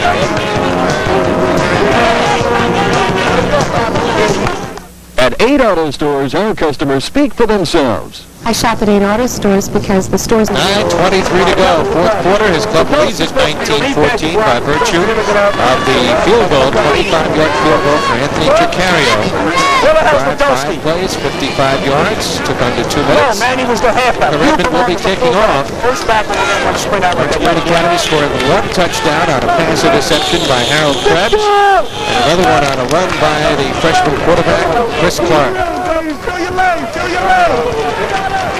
Reynolds is the deep man as Anthony Tricario kicks off. Some good kickoffs today, and this one is a boomer. And again, Richie Reynolds will just have to down in the back of the end zone. That's what you want to see if you're a special teams coach. You want to see your kicker get the ball into the end zone so that there's no chance of a possible underground touchdown run. So the Merchant Marine Academy, trailing by a 5-point margin, will put it in play 1st and 10. And as you saw, St. John's took only 5 plays in under 2 minutes for that Tricario field goal that has put them up by 5. Now a little discussion going down on the field. We have a legal procedure against the Merchant Marine Academy on the kickoff. And it was touched down in the end zone. I wonder what the guys must have done on that end. Most times when they line up, they're supposed to be so many distance from the ball, they'll probably enter that neutral zone. Obviously, St. John's is not going to re-kick it because they can't get any better than they are right now, forcing to take it 1st and 10, so penalty is declined. And it's 1st and 10 at the 20-yard line. What do you look for from the Merchant Marine Academy? They've been going to Sparacino. Will Clark go to the air here? We're into the 4th quarter. You've got to still give the ball to Sparacino a little bit to be able to throw the football. Now the big fullback, over 70 yards on the day. We'll give you his numbers in just a minute. Close to 70, 18 for 69, and now he's over 70. As he crosses the 20, bucks his way to about the 22, a pickup of around 3. And C.J. Papa down on the sideline is ready. Thank you very much, Barry. So far this year, St. John's had scored just 15 points in the 4th quarter. Already today, they've put up 9, so it looks like this could be St. John's day to get a win against Kings Point. Take it away, Barry. 2nd down and 7 for the Merchant Marine. 8:50 to go. 4th quarter, they trailed 19-14. Now they send Major in motion. Clark to Sparacino.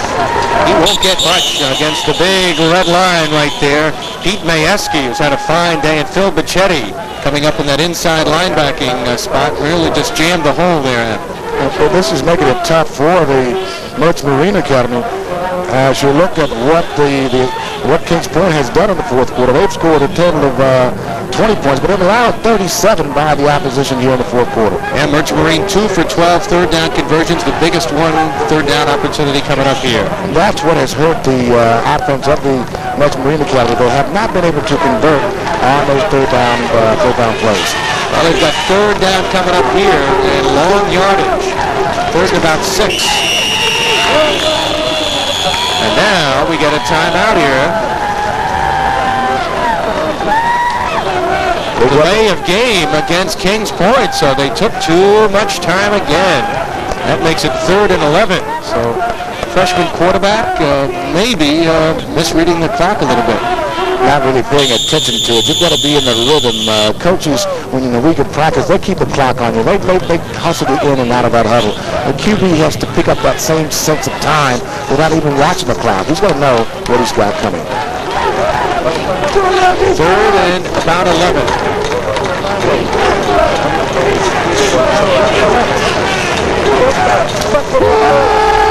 Looking deep sideline, looking for Gill. Intercepted by St. John's. Steve Neves, the quarterback, intercepting the pass intended for rookie Gill. It was up for grabs, and Steve Neves out of St. Jim High School coming up with the interception, his 2nd interception of the season. Excellent coverage by Neves. Neves did something that most defensive backs don't do. They don't turn to look back to see where the ball might be. We look again here, you see Clark looking down. He's throwing to that direction all the way, but see Neves look up for the football. That was the key to that interception, knowing where the ball was. First turnover for the Merchant Marine Academy, and obviously a big one. There's the happy young man, Fred Fusaro, coached him, of course, at St. Jim High School. What a job he's done over the years. To Sanders, will try to stay in bounds, but now pushed out of bounds. And again, flags fly. Was it a late hit? There's a Clark on the sideline. And he's got to feel a little bit down right now. That freshman, Bob Ricker's club, leading here by 5.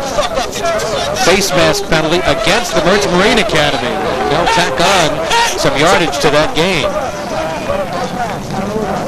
Kings Point player is down also on the field, and the officials have called timeout. Clock stopping with 7:24 to go here in the fourth quarter. Joe Goodwin is the injured Kings Point player. I want to thank our statistician, Hal Sass, doing a superb job getting help from Richie Cherkis, and our spotters for Kings Point, Paul Hasty from Arizona and Ron Gill from Oregon, and the St. John spotter feeling pretty good about things right now, Mike Booty, and he's a New Jersey lad. So thanks to all of those people helping us out in the booth, and they've done a great job.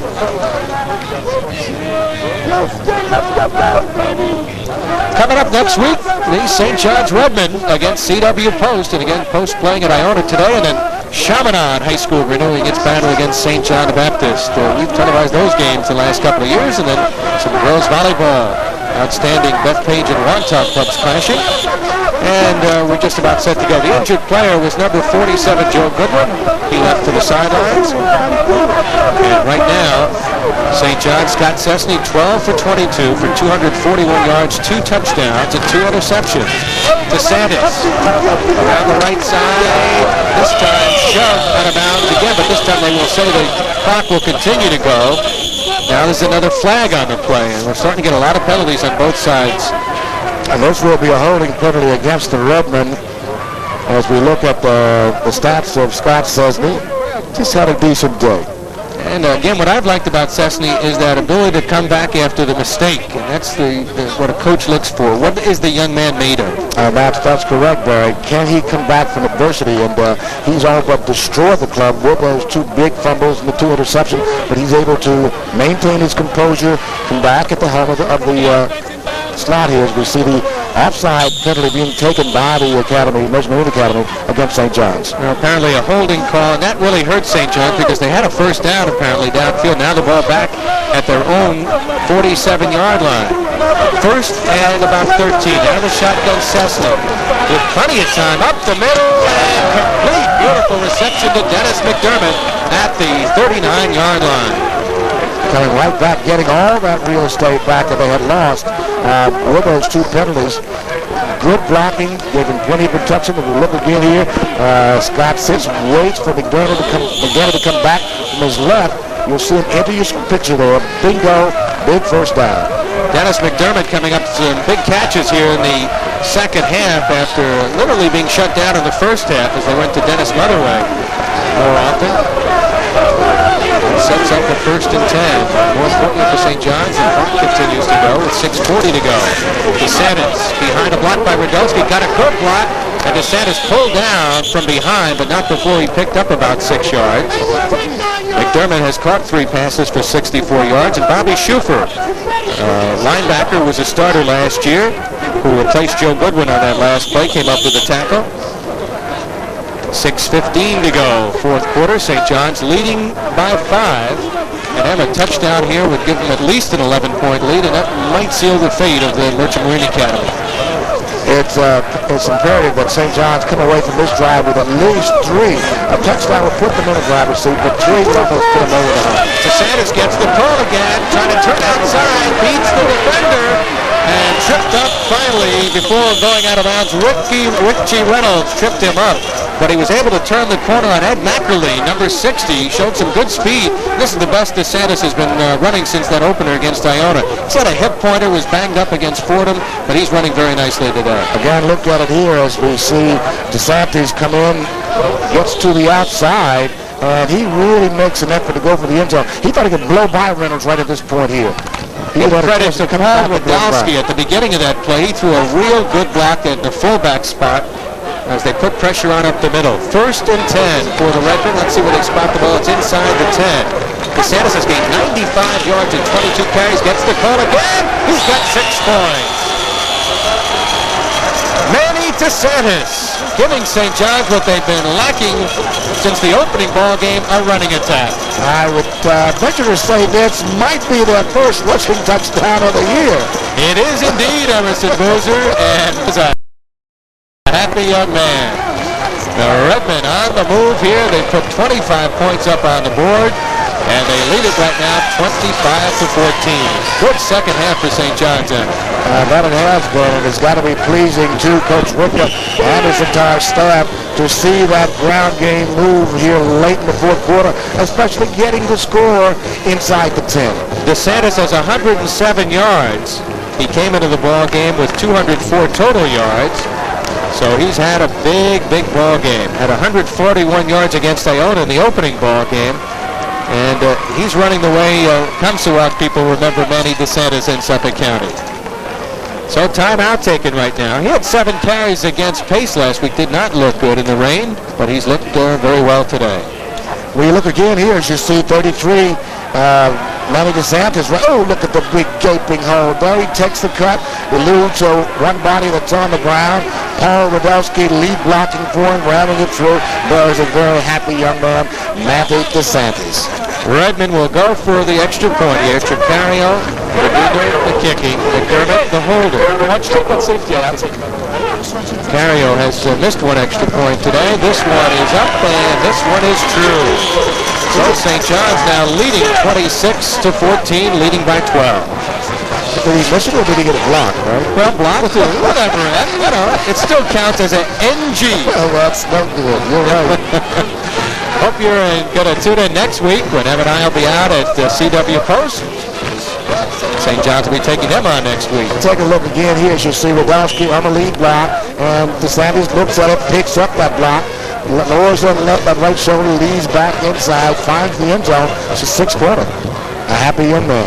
I've been impressed with the blocking of Radowski since coming in for John Cosenza at the fullback spot, and give credit to that banged-up St. John's offensive line, too, and they're opening up some nice holes. Yeah, good play, too, by Radowski. Radowski being a sophomore, backing up the senior John Cosenza, that's had some good seasons here, but to see a backup come in and play as well, it's got to be pleasing. Now, St. John's looking to recruit the running backs. They've had success recruiting the wide receivers and the quarterbacks, but you've got to have the balance, and that really gives the defense fits when you have the balance running and passing attack.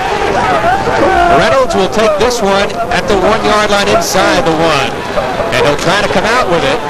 Catching St. John's here, and he gets across the 35, but there is a flag downfield about the 20-yard line. It could be a clip on the play. Finally brought down by Steve Neves, and he's had quite a ball game, specialty teams, and playing that defensive cornerback beautifully.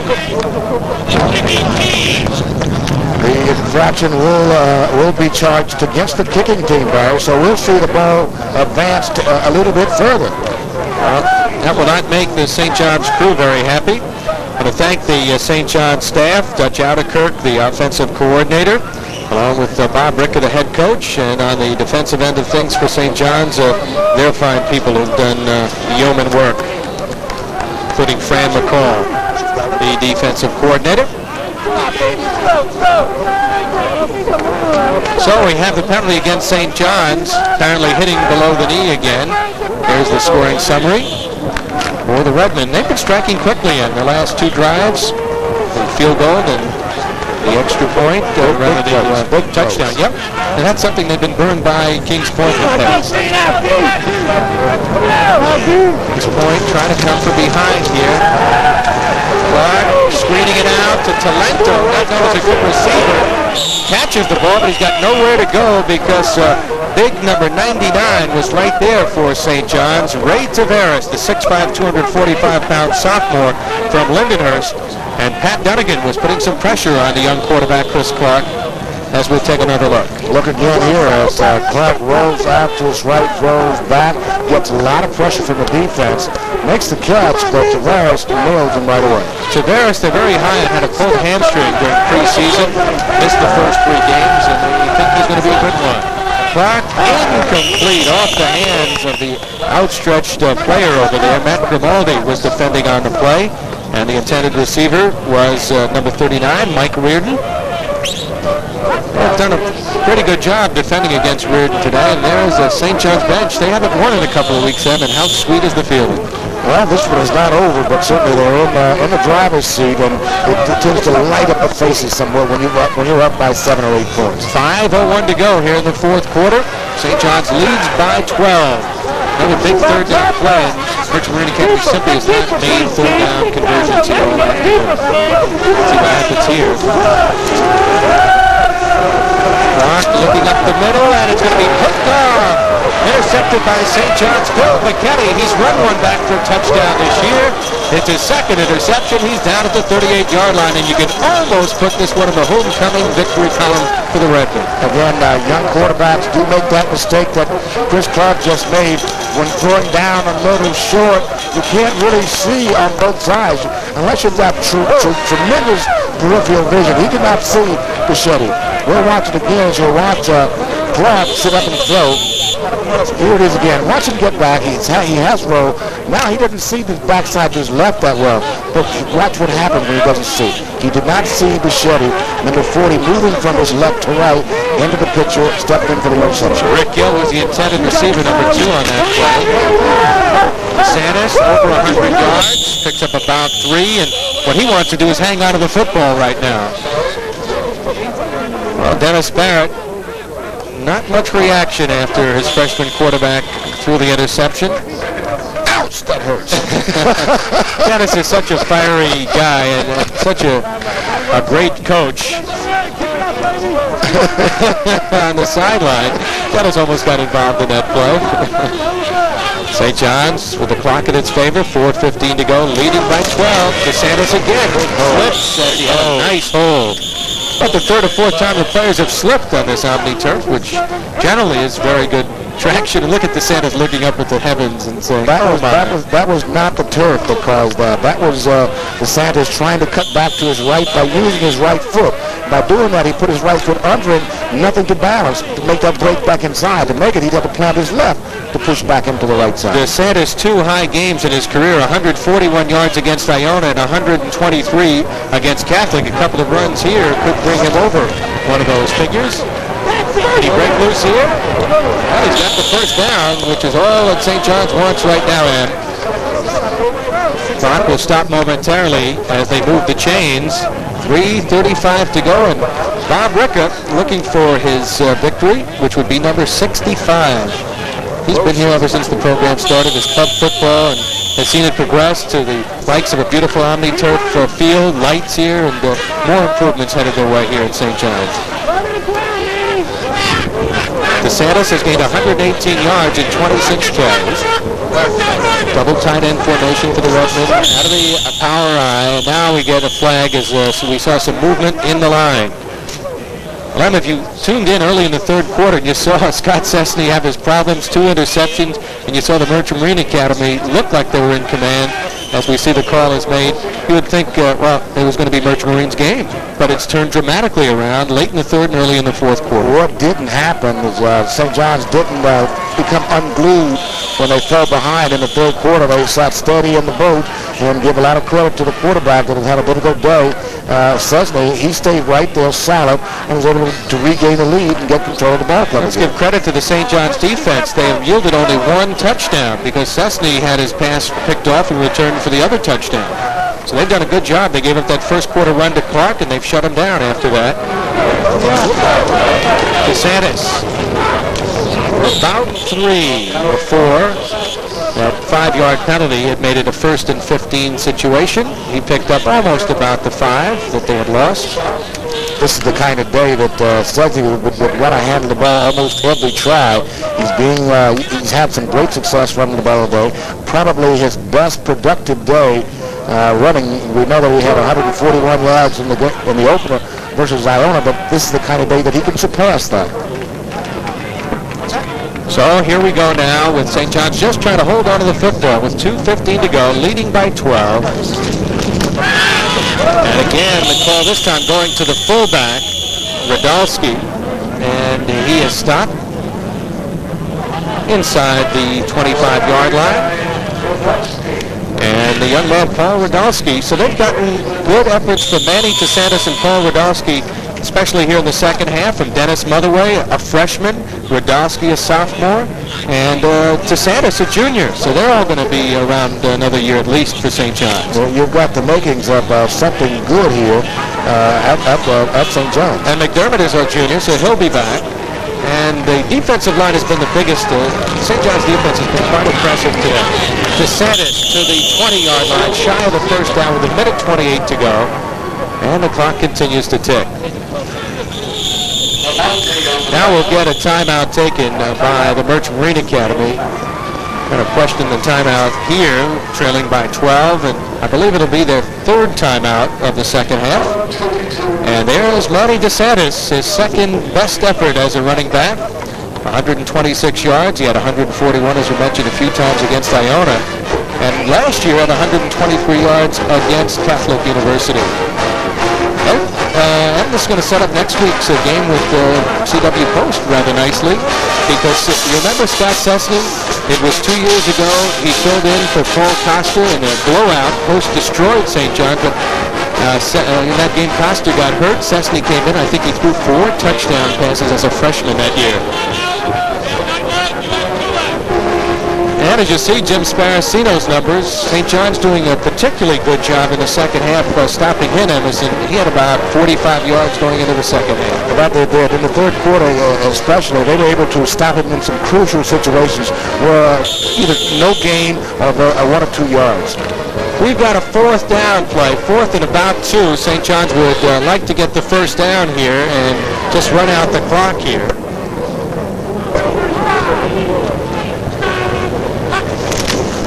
DeSantis will get close to the first down, but I think he was stopped shy, and indeed he was. So the Merchant Marine Academy will get their hands on the football. Earl Burns pitching in from the end spot to make the tackle. And on the change of possession, the clock stops with 1:18 to go. I want you to invite you to stay tuned right after the game. We hope to get the coach of the St. John's Redmen, Bob Ricca, with our colleague C.J. Papa. And that looks more like the St. John's totals that they've been used to for as far as total offense. Coming in today, they'd only be getting 287 yards a game. They're at 400 today. This has to please Coach Adderkirk and Coach Rickup to have a 400 output day from your offense. Clark to throw. And it is complete upfield at the 35-yard line. And the intended receiver, John Condon, and Rich Colangelo on the tackle. 1:10 to go as we're running late here in the fourth quarter.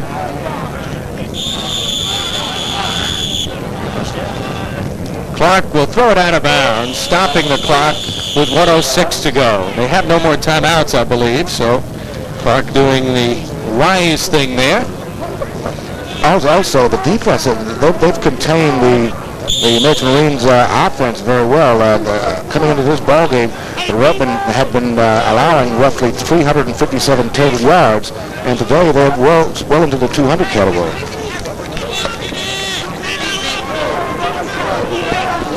.106 to go. Clark marking out the signals. Goes toward the sideline. It is complete to Condon, and out of bounds he is. So the clock stops with 59 seconds to go. Again, our thanks to our fine crew in the booth, one of the best crews we've had. Al Sass and Rich Turkis on stats, and our spotters Paul Hasty and Ron Gill from Kings Point, and Mike Booty from St. John's.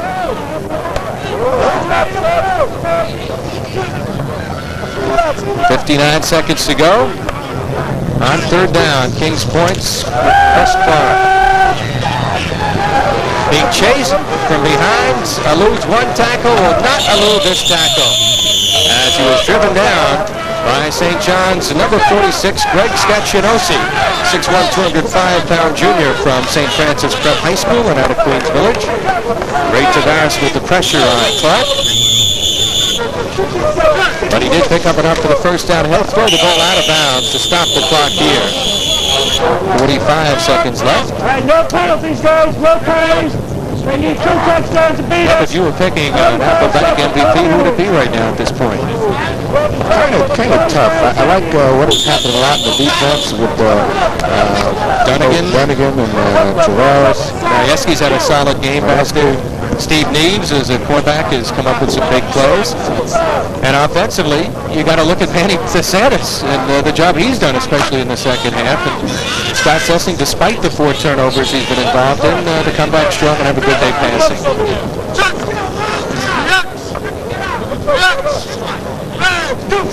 Second down. Clark throwing deep. That could be picked off there. and it will be by St. John's. The interception for Mcdermott, and he finally goes out of bounds to seal this one. And St. John's comes away with the victory here. 34 seconds to go. So Mcdermott picking up the pass. And we're going to possibly give the MVP to Manny DeSantis. Well-deserved DeSantis. That's the vote of our crew up here. He was hustling this afternoon, has been shut down. But today he really starts to roll in the fourth quarter when it was critical.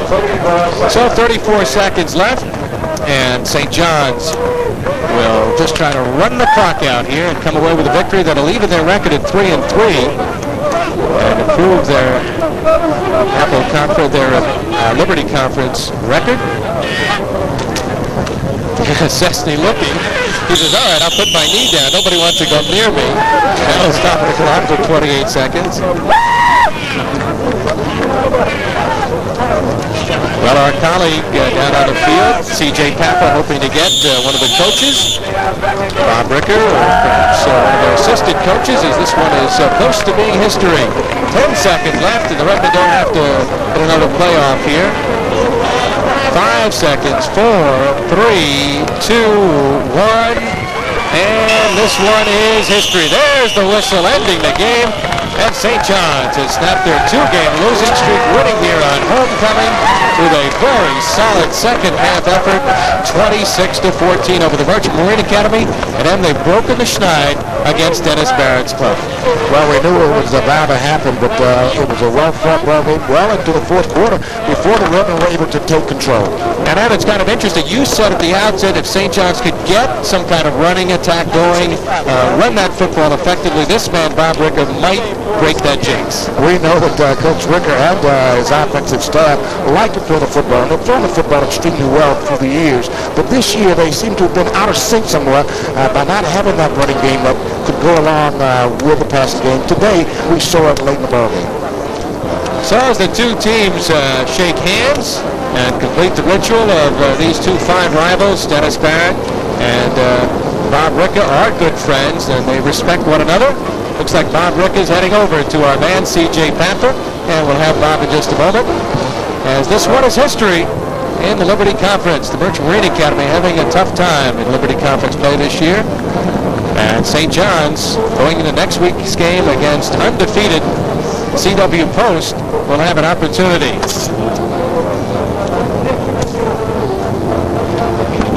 All right, so C.J. Papa is standing by with Bob Ricker down on the field, and we are going to join our colleague, and I know that Bob Ricker is a happy guy. Let's go to C.J. Papa. Welcome back to Redmen Field. I'm C.J. Papa, standing along the winning coach, Bob Ricker. Your team won 26-14 today, outscoring the opponent 16-0 in the fourth quarter. Hey, defense. Let's talk about defense. Those kids were superb all day. That was a defensive win. I mean, defense kept us in the game. Offense made some mistakes. Defense was all over the field. Finally, offense, Scott Cessny, kid came back. You know, he was down and everything else, but he wasn't knocked out. He got up off the canvas and came back and hung in there, and everybody just played great. Total team victory. We couldn't be happier. You finally got your first win against Kings Point. Any type of grudge getting the monkey off your back now? Well, maybe it's a monkey or whatever, but it just feels good. We'll enjoy it. Okay, thank you very much, Coach. Thank you very much. Send it up to Barry Landers. And that is it. You can tell Bob Ricker was a happy guy. Got the monkey off his back. And that will do it for our coverage here at St. John's University as the players from both teams head toward the locker room. Our Apple Bank MVP, Manny DeSantis, as he gained 128 yards and some 28 carries, and he is our Apple Bank MVP. Well, Cablevision's coverage, as you see Manny DeSantis' stats right there. We'll continue with St. John's battling CW Post next week. And what do you look for in that one? I look for a hard-fought ball game. Post loves to throw the football. Ricker loves to throw the football. So we've got two. He was the star at CW Post. In high school gridiron action, it'll be Chaminade meeting St. John the Baptist. And for volleyball fans, Southside facing Baldwin and Bethpage taking on Wantagh. The Long Island Sports Network, bringing home winning moments. Today's game has been brought to you by Apple Bank for Savings. We're good for you. For Emerson Boozer, C.J. Papa, and our entire crew, this is Barry Landers saying so long, everybody.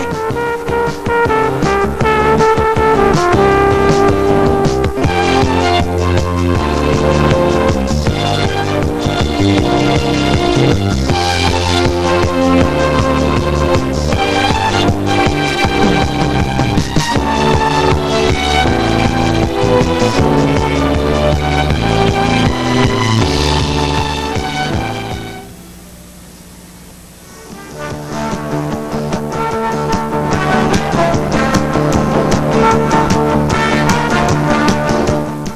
today, highest winds are estimated